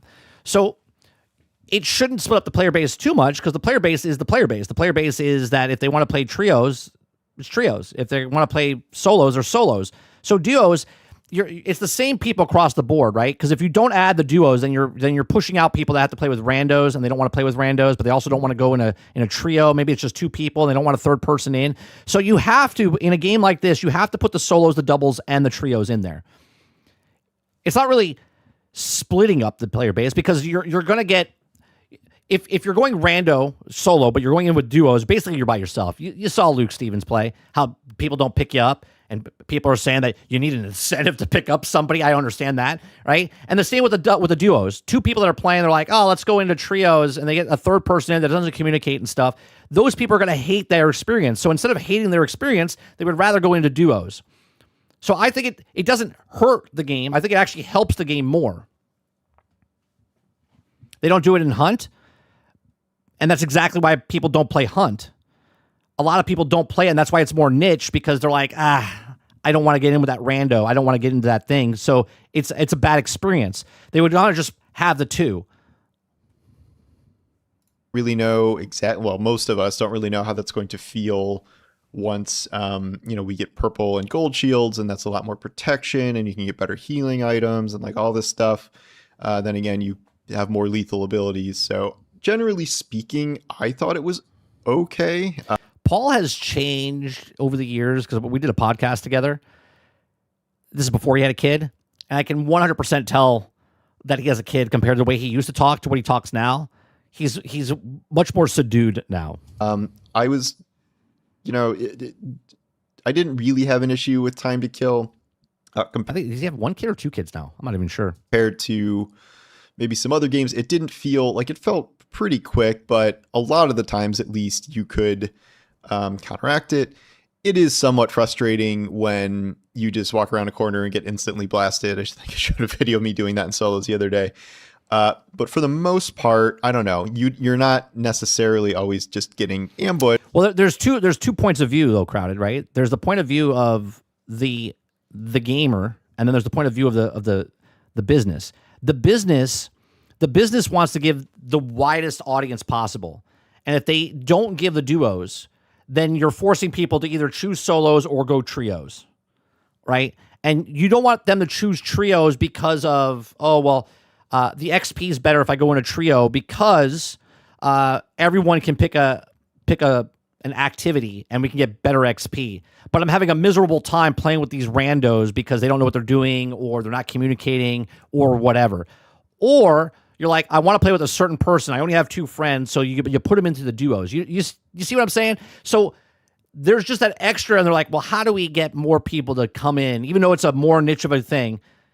We have the solos. Solos are always going to be solos. People want to get in quick, do the runner thing, whatever. Then there's the trios, but everyone's like, we only have 2 buds, and I don't want to go in the third. So they want to be a broad audience as possible. So from the publisher, from the gamer side, from the company side, they want as many people as possible. From the gamer side, I totally understand what you're saying. You're like, well, split the player base. This is why they put NPCs on the map. Otherwise, you get high guard, where there's no NPCs and you're just running around waiting for things to happen. And I know that high guard's not an extraction, but my point still stands. If there's nothing on the map, then you're like, I'm just waiting around type of thing. If you do see someone first, if they're far enough away, depending on the gun, Jason says, has Paul figured out why Concord failed yet? Like auto kill them. I don't know. I'm not like fixed on like definitely don't change TTK, but it didn't really bother me per se. The med and ammo economy. We hear you that meds are soaking through a lot of your early loadout budget, and back-to-back fights can chew through your med and ammo reserves quickly. We've seen some folks for and against the depleted items as well, along with how rewarding drops off. I think the TTK is high for 2 reasons, right? Again, just watching people play the game. I think the TTK is high, again, from a studio point of view. It's fast because you're in the match and you could die real fast, right? Which gets you out of that game and back into another one. Get that little itch going, okay? 2, it's fast because it makes the players slow down a bit. It makes players, this is why when Luke was talking about the heat meter and not be able to run everywhere, imagine just running everywhere as fast as you can, you turn a corner and you're dead. That would be less enjoyable than slowly jogging, listening to the sounds that are happening into the map, and then making the situation like, okay, I hear someone, there's someone in the building, let's take our time, instead of going in, because you know TTK is real fast. So now you're going to play it a little slow. You're going to hide behind the thing. You're going to use your powers. You're going to do certain things. You understand what I'm saying? So again, the TTK, I think, is good for what the game is. AI are, and if you ran dry mid-fight or at a critical spot in your run, tell us about it. I mean, I did. I don't know what the details are. I would say at this point, ammo is less of a big deal than heals. I think you can learn how to build up ammo halfway decently. It is not that costly to buy ammo once you kind of get moving. You buy it at the armory. You can buy it for materials or money, and then you can do rook run. What I haven't paid attention to a lot, and those of you that played the weekend, again, I'm not going to play it, so I'm never going to find out personally myself. Did the maps feel good as far as a lot of stuff on the map with good lanes and different things to hide behind? Or did it feel a little open like a Battlefield 2042 did before they fixed it? You know what I mean? Did the map designs feel really good? Again, watching, I don't really pay attention to what that is. But when you play it, you're like, oh, these are good lanes. There's good things to hide behind. There's a good way to sneak around type of stuff. And get a ton of ammo through those. You can use, you can do kind of quick runs and like use starter kits with ammo bags and like just kind of hunt down ammo. I do think it's a little frustrating. Baby says, I was a huge marathon skeptic, but having played it, I actually think it's pretty good. So there you go. In terms of enemies dropping ammo, because you get in like this big firefight with like 7-8 AI guys, and like pretty much none of them drop ammo. They're dropping like cardio kicks and stuff half the time. So, well, they don't want you to, that's not going to happen because they don't want you to just kill AI to get the actual bullets and stuff that you need to reload. And they're not, they want you to choose wisely. If I engage with this group, I'm not going to get a lot of ammo back. I'm also going to make myself heard so third parties could come over, and then I'm going to be in a fight. Now, you could sort of use it sort of like the flare in Arc Raiders, where you shoot the flare up in the air to think that you're down, right? So you can start shooting guys from a distance so they start making noises to bring a third party in and then, attack them. Really dropping healing items either, for the most part. So I don't love that aspect of it, and I do think there could be a little more like ammo on return from fights like that. Obviously, if you're playing against other players, that's a good place to get a ton of ammo. But again, that's 3 kills, high risk, high reward total, not a ton in a given map, depending on how many teams you fight. The med and shield economy, I think, was not great. The depleted ones, especially for health, it's like, I don't know, an eighth of your health bar or something. Like, it's a painfully low amount of health in a game that does not have like any meaningful amount of health recharge outside of using a med drone or using the rook ability. So I think those are way too low. It is kind of costly to keep your meds stocked with at least, you know, the green ones that are reasonably good. Because if you die, you lose those, and those are not cheap. That is much more expensive than ammo in terms of both how much it costs in materials and money or whatever. And but those are pretty necessary for pretty much every run. So I think that could use more help. So we'll see what they do. UI feedback, we already talked about that. They do talk more about like in-game fights. UI feedback, keep it coming. We plan to continue iterating post-launch and want to make sure you're able to easily navigate, read what's happening mid-fight, and manage your equipment effectively. See, like stuff like this when they're going back and forth. I understand the game comes out in 2 days and it's not out yet, but this back and forth between like consumer and creator shouldn't be happening 2 days before launch. Again, this is not a Bungie problem. This is not a Sony problem. This is an industry-wide problem. And see your pings without any noise around them. There's a thread on the Discord about that. PC performance, they're digging into reports of high CPU use, slow GPU utilization, FPS ceilings, frame hitches, and then they tell you to send your reports in. Movement and... Hey, guys, would you test it for me? How about this? If I'm going to test your game for you, we pay half the price. Maybe we are. Maybe it was supposed to be an $80 game. You're only paying $40. Maybe that's the case. Maybe. Heat generation, lots of chatter around slide feel, momentum, and heat alike. The common asks are a smoother slide transition, letting downhill speed carry, and lowering heat on core movement for cleaner chases and disengages. Keep your takes coming. Heat is better than it has been previously. It used to be just like horrifically obnoxious and unforgiving, and you just felt like you were crawling most of the time. It is better now, but I don't like how things like slides are just like half your heat. I know that there's a lot of upgrades to reduce your heat consumption, and you know that's kind of part of gearing up and getting further. No, know what the funny part is? With people like Paul or people like Luke, they're going to play the game because it's new, but they're not the fan base. They're not the player base that once the hype dies and it goes down and this is the player base, they're not it. They're not the player base. So them complaining about certain things is kind of like talking to the wall, because if they change it because of these guys and these guys are not going to play the game, then there's no reason to change it, because the people that actually play the game after all the people leave and it settles to what the player base is okay with what it is. To the end game, but you know, when you're starting out, as you know, everybody will be at first, and most people are not going to be like higher end players for a while, if ever. If you're just constantly dealing with overheating and stuff, I think that's going to be a little too frustrating. Sliding taking up like half your thing, and then I do agree about like slide transitions and downhill speed. We'll get a little even more Apex Legends there. And I think currently it really kind of biases combat against or toward someone like Vandal. I don't remember what they're called now. Vandal, where they're just like so mobile in fights compared to everybody else who doesn't have nearly the amount of flexibility there. So I certainly am eager to see that. And like, I'm not going to say no to more or to less heat generation. I don't like those mechanics really in most games, although I kind of know why they exist in a extraction shooter like this. They literally exist in almost every survival, every action game, every PvP game now, so you don't hop like a bunny the entire time. They fixed a voice chat bug where there was less voice chat going on in prox chat. Still did not hear that much voice chat or prox chat during, I don't know, 36 runs or whatever I did. Altern says, but that's every extraction game. Traditional extractions, you spend more time in the menus and less in the game. Correct. And that's why people are giving the UI system so much shit inside this game, because they're going to be looking at it for so long. So once people are actually playing and they realize that that is, I don't want to say essential, but pretty close to essential, maybe we'll get more of those. Lobby size. They just bumped it up in perimeter beginner.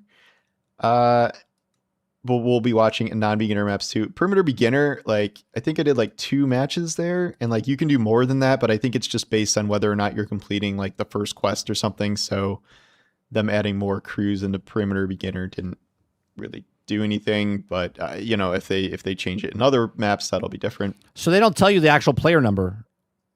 They just said they upped it. Mouse input lag on PC, yeah, that was a problem, especially if you were streaming or doing software lag. And then they changed everyone's names to redacted. Mine was redacted. I don't know. I didn't care. Yeah, so that is the list. Well, great. Everyone's redacted. Everyone can use everyone else's footage and put it in their YouTube videos then. They won't know who it is. They made here. We don't know what is being fixed at launch because it's 2 days from now. I think it's going to mostly focus on bugs. I do not think it's going to focus on meta stuff. I think they want more data about PvP contact and meta and ammo use and stuff like that. So we'll see there. You will notice what they don't say is how many Server Slam participants there were, given all this player count stuff, unless it's like tens and... Right, just enough. Right? They don't want you to know that number, because if you know that number, obviously numbers are bad when you're those people, because if numbers prove what it is, hence why Epic has always blurred the number now, because it used to be actual 100 people in a match. But now you don't know if it's 100 people or if it's 40% bots or 60% bots. You don't know what you're going up against anymore. They blur that line between real people and fake people. You know, it is what it is. Tens of millions, I think whatever the number is, would be dissected to death, including probably by me. And what was that? I missed that. What you said there? PvP contact and meta and ammo use and stuff like that. So we'll see there. You will notice what they don't say is how many Server Slam participants there were. Of course. Given all this player count stuff, unless it's like tens and tens of millions, I think. Right. You don't want to give a number, because if you give a number, well, then you can pull actual data out of it. Whatever the number is would be dissected to death. 100%. Including probably by me, and use as kind of ammo against, whether the game's going to succeed or fail or whatever. And again, they have 48 hours to launch. So they have better things to concern themselves with, and they don't want some sort of official number being debated. That's not always true, though, Altern. Sometimes the bots are left in the final circle because of whatever situation, right? If other people got in fights and got caught in the circle, so you don't know that the people that are left, because there's been times I won the match against a bot at the very end. You can, try to calculate a kill death ratio on 9.15 enemy runners killed. And I don't know what you want to do with that information, but you could come up with some sort of probably inaccurate estimate. So we are. I mean, that's what the estimate is. It's inaccurate. It's not an inaccurate estimate. It's just an estimate. Really down to the wire here. We will see what things feel like at launch with the full scope of things. I'm eager to play Thief. That looked like a really funny class when people were doing some of the early previews and Thief was unlocked, like pestering people with the drone and things like that. Very funny. They didn't mention this, but like there are some things that feel like they're probably going to be nerfed rather quickly, especially the thermal scope, where if you can spawn with that, you can just pick off enemies from a million. You mean a wall hack? Miles away and just see them through, anything in like a bright glowing spot. That seems way too overpowered right now. But we'll see what else. That would be overpowered anytime. This is literally why people do it in other games and they cheat, because it's super fucking OP. Happens here. And of course, we will look at all the... Seeing someone through a wall, even if you can shoot them or not, is dramatically more like OP, because if I know where the guy is, because I can look through a scope and see him, even if I can't shoot him through the wall, I know where he is. And because I can see where he is, I know where he's going or where he's going to be, right? Based on his movement. If I can see that and he can't see me, you have a total advantage. This is super OP. Data and see how the game's launching and selling and all that stuff. There's certainly numbers to look into at initial launch, but it 1 week, 2 week, a month, 3 months, that's, the longer tail of how a game is going to be doing in the long term. No, it's not going to shut down after 2 weeks. I don't know if it doesn't do. I love how people because someone says it's Concord, everyone just inside their gut, they're like, it's not fucking Concord. It's gonna last more, right? And it turns into, it's not another Concord. Well, obviously it's not another Concord, but Concord is no longer the game. It's an adjective, right? It's a verb. It's a noun. It's a meme. Everything is Concord if it's incomplete, broke, buggy, unfinished game. Okay, any of those things doesn't mean Concord was that thing. It was something that was trying to be sold to us, and we looked at it and said, nah, I'm good. It represents live service. It represents what we don't want. It represents everything we don't want in a video game. That's what Concord is, and people just don't get that. Well, I'm expecting a lot of things thrown in my face. If it does do well, I'm expecting a lot of things thrown in my face. Whatever. I give up. I can't. He's literally over it. Listen to him. How a game is going to be doing in the long term. No, it's not going to shut down after 2 weeks. I don't know. If it doesn't do well, I'm expecting a lot of things thrown in my face. If it does do well, I'm expecting a lot of things thrown in my face. Whatever. I give up. I can't do anything about that. But yeah, you can't do anything about it. So turn to the skid. Yep. So had a fun time. Frustrated sometimes, but that's kind of the name of the game. And we will. Is it though? I don't get it, guys. I don't get it. The frustration that he just said that he has, it's frustrating. I had fun, but it's frustrating. That doesn't seem like fun. It doesn't seem like fun. And again, I'm not saying Marathon's not fun. What I'm saying is I can't imagine playing a game that I'm not enjoying, being frustrated with, not in a good way, frustration. Not like I'm frustrated because I can't beat this boss and then I get better and then I beat the boss. Just frustrated. And I'm like, yeah, I'm still going to play this game. It gets good after 40 hours. It gets good after 100 hours. If you're not enjoying a game or you're frustrated with the game, guess what, man? It's not going to change. It's not going to change. Just drop it and move on because everyone else is having a fun with it. Doesn't mean you're going to have fun with it. He's referring to losing your stuff. If you're frustrated with a game, Crowded, and you don't like it, guess what? You're still going to lose your stuff. You're going to lose your stuff in game 1. You're going to lose your stuff in game 10. You're going to lose your game stuff in 80. And guess what? It's going to get worse and worse and worse as you go. Because when you find that purple shield or that purple weapon and you're like, this is it, I got it, and you go in, and then all of a sudden you lose it, you're like, I'm fucking done. I'm done. I put all my time in to get this thing, and I died in 3 seconds. That's what happens with extractions.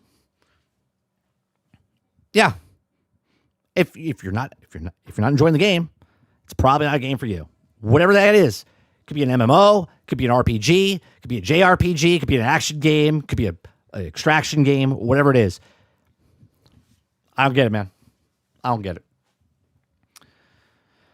Where's that roadmap? Did you guys post the roadmap in here? Let me see. In general, no roadmap there. Black Ops Royale launch trailer. Ooh. No, I'm good. I don't need to watch that.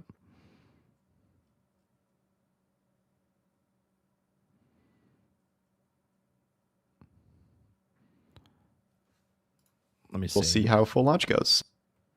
Paul Tassie's link in the description down below. Want to go check out his channel? Go check it out. Okay. Marathon.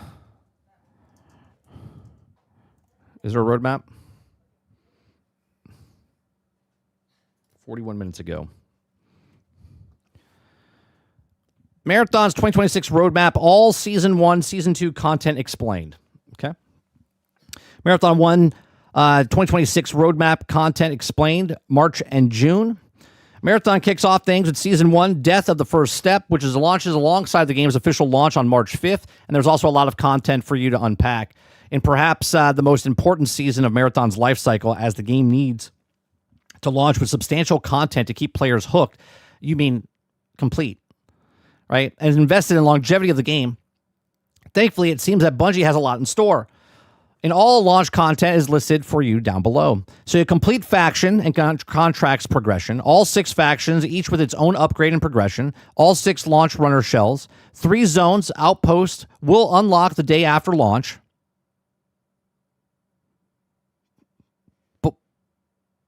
Why isn't it there on day one? Why is it the day after launch? 28 weapons, including mods, implants, cores, and more. Earnable cosmetic achievements and storytelling through the codex. Because it also seems a sizable chunk of content to work through. There still seems more content planned to drop throughout Season 1 of Marathon. Most notable, the 4th zone, Cryo Archive, will unlock the community unlocks this way into orbit. Expect this to arrive mid-March alongside the rank mode. Why don't they have this stuff on day one? With Bungie, we'll also share the details about soon. Here's everything else that you need to expect to arrive on Marathon throughout Season 1. Cryo Archive Zone, Ranked Mode, Carry Event, new gun, mid-season turning, and new implants. Okay. Marathon Season 2, 2026 roadmap content explained, June to August. Following Season 1 of Marathon, Season 2, Nightfall, where you can expect the new zone conditions as well as the new systems as well as changes, and you also can play the game. I'm getting flashbacks of Destiny 1. Because when I bought Destiny 1, then they had the Dark Below, and then they had the House of Wolves that they were already advertising before the game even came out. I'm getting the exact same feeling again. And the only difference this time is that this is an extraction shooter and not a PvE, PvP game. Bungie's confirmed that each new season will also have its own unique theme and combination of features constantly involving the world and gameplay of Marathon. It's promising notion, though details are admittedly more scarce for Season 2, where we've been known so far. Night March, Dire March, and Zone Conditions, new Runner Shell, new system, the Cradle, new guns, new mods, new threats, and more. Season 3, roadmap content explained, August to November. The current Marathon roadmap doesn't reveal any information on Season 3 of Marathon other than the fact that it also starts in August and ends in November. They'll still need to see as far into the future as the stage of the game's life cycle, so it's not problem that Season 3 remains a mystery. So it's also long that Bungie's also confident in their 2026 roadmap that could be enough for the fans. Well, let's see if Highguard can make it through their roadmap, because their roadmap was also, shown right after. So again, the game is not complete. I don't care what any of you guys love. If you love a game, I don't care what the game is. Okay, the game is not complete. It's also not in early access, knowing it's not complete. This is a full-fledged premium game for $40 extraction that you'll have to wait 3, 6, 9, 12 months for them to change and fix to add things inside the game. And in November, if the game is still doing well and still around, if you picked up the game in November, you would have a lot more content at launch. But these are my thoughts. Let me know yours in the comment section down below. Please make sure you share, like, subscribe. If you like what I do here, check out some of our other videos. Thanks for watching. All right, let me see what you guys are saying here. Craig says, I leave the team meeting, and we're still talking about Marathon. Well, technically, we went back to Marathon, Craig. That's how the daily grind works. We only talk about the stuff that's the stories that are submitted each and every single day. And that's what's talking about. Hence why in live service, you do a daily grind. And our show, we do a daily grind where we're constantly going through the stories that are happening each and every single day. Crowd says because they do the same thing in Destiny, they want to give everyone time to play, learn the game before they unlock the game. They always do this. Nothing new. That is the new part, though. What they did 10 years ago was shit back then, and it's still shit today, Crowded. It's not new, but it's also, I don't give a shit about the content that's released the day after, right? They promoted the Dark Below and House of Wolves before the game launched. How about you give me the game, and then you can give me DLC down the road instead of selling me the DLC before the game even comes out, right? This is telling people right now, hey, the game comes out in 3 days. Here's the game, what it is. Oh, and don't worry, we're going to still continue supporting this game. Okay, great. Or, I know it's crazy, or you put that content in the actual game so there's more content and I don't have to wait 6 months, 8 months for that.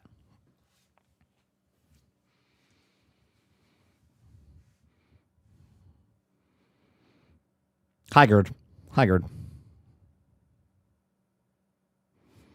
I mean, 2 redundant bots isn't content. I mean, there's an article that I read about Space Marines 2, about people are upset about the voice lines that are being, for $5 you get the voice lines or whatever. And people are like, it's stupid because they're locking stuff that should be like in the game, like story-esque type of stuff. And they're either the Saber Interactive, who makes great games, they're like, it's not a live service game, but they also put new game modes in, they put new characters in over time, and that's basically a live service. But they say it's not a live service because they're not charging for content. They're charging for cosmetics. But they slow drip the content. It's the same. A live service just means you're still bringing content in. No Man's Sky doesn't charge anything for theirs. It's a live service game. That's what it is. Altern says, put the content in the game at launch. What are we, crazy people? Yeah, I guess we are crazy people. I'm okay being crazy by myself on the hill.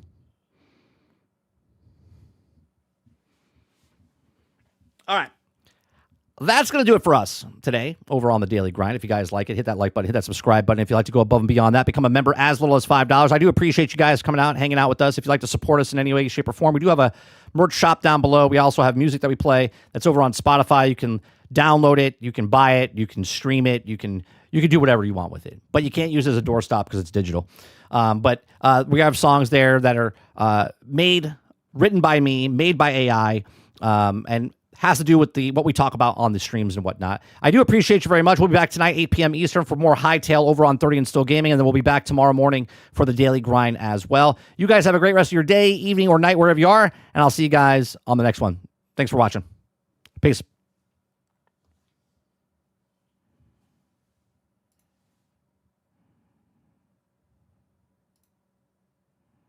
But every time I pull the trigger, it's like ghosts in the smoke. No suppression, no pressure, this ain't the old code. Grinding all night for that scope I need. But every upgrade feels like I'm planting seeds in concrete.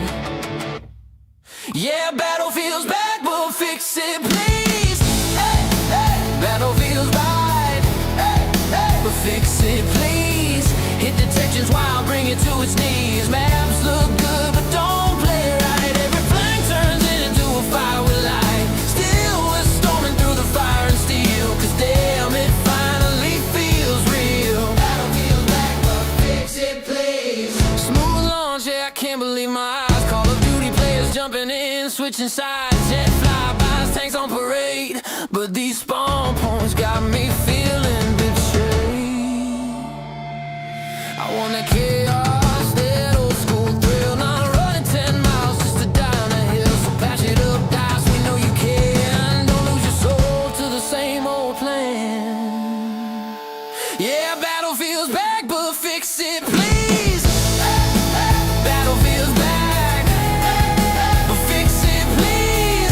Hit detections while bring it to its knees. Maps look good, but don't play right. Every flank turns into a fire with light. Still we're storming through the fire and steel. Cause damn, it finally feels real. Battlefield's back, but fix it, please.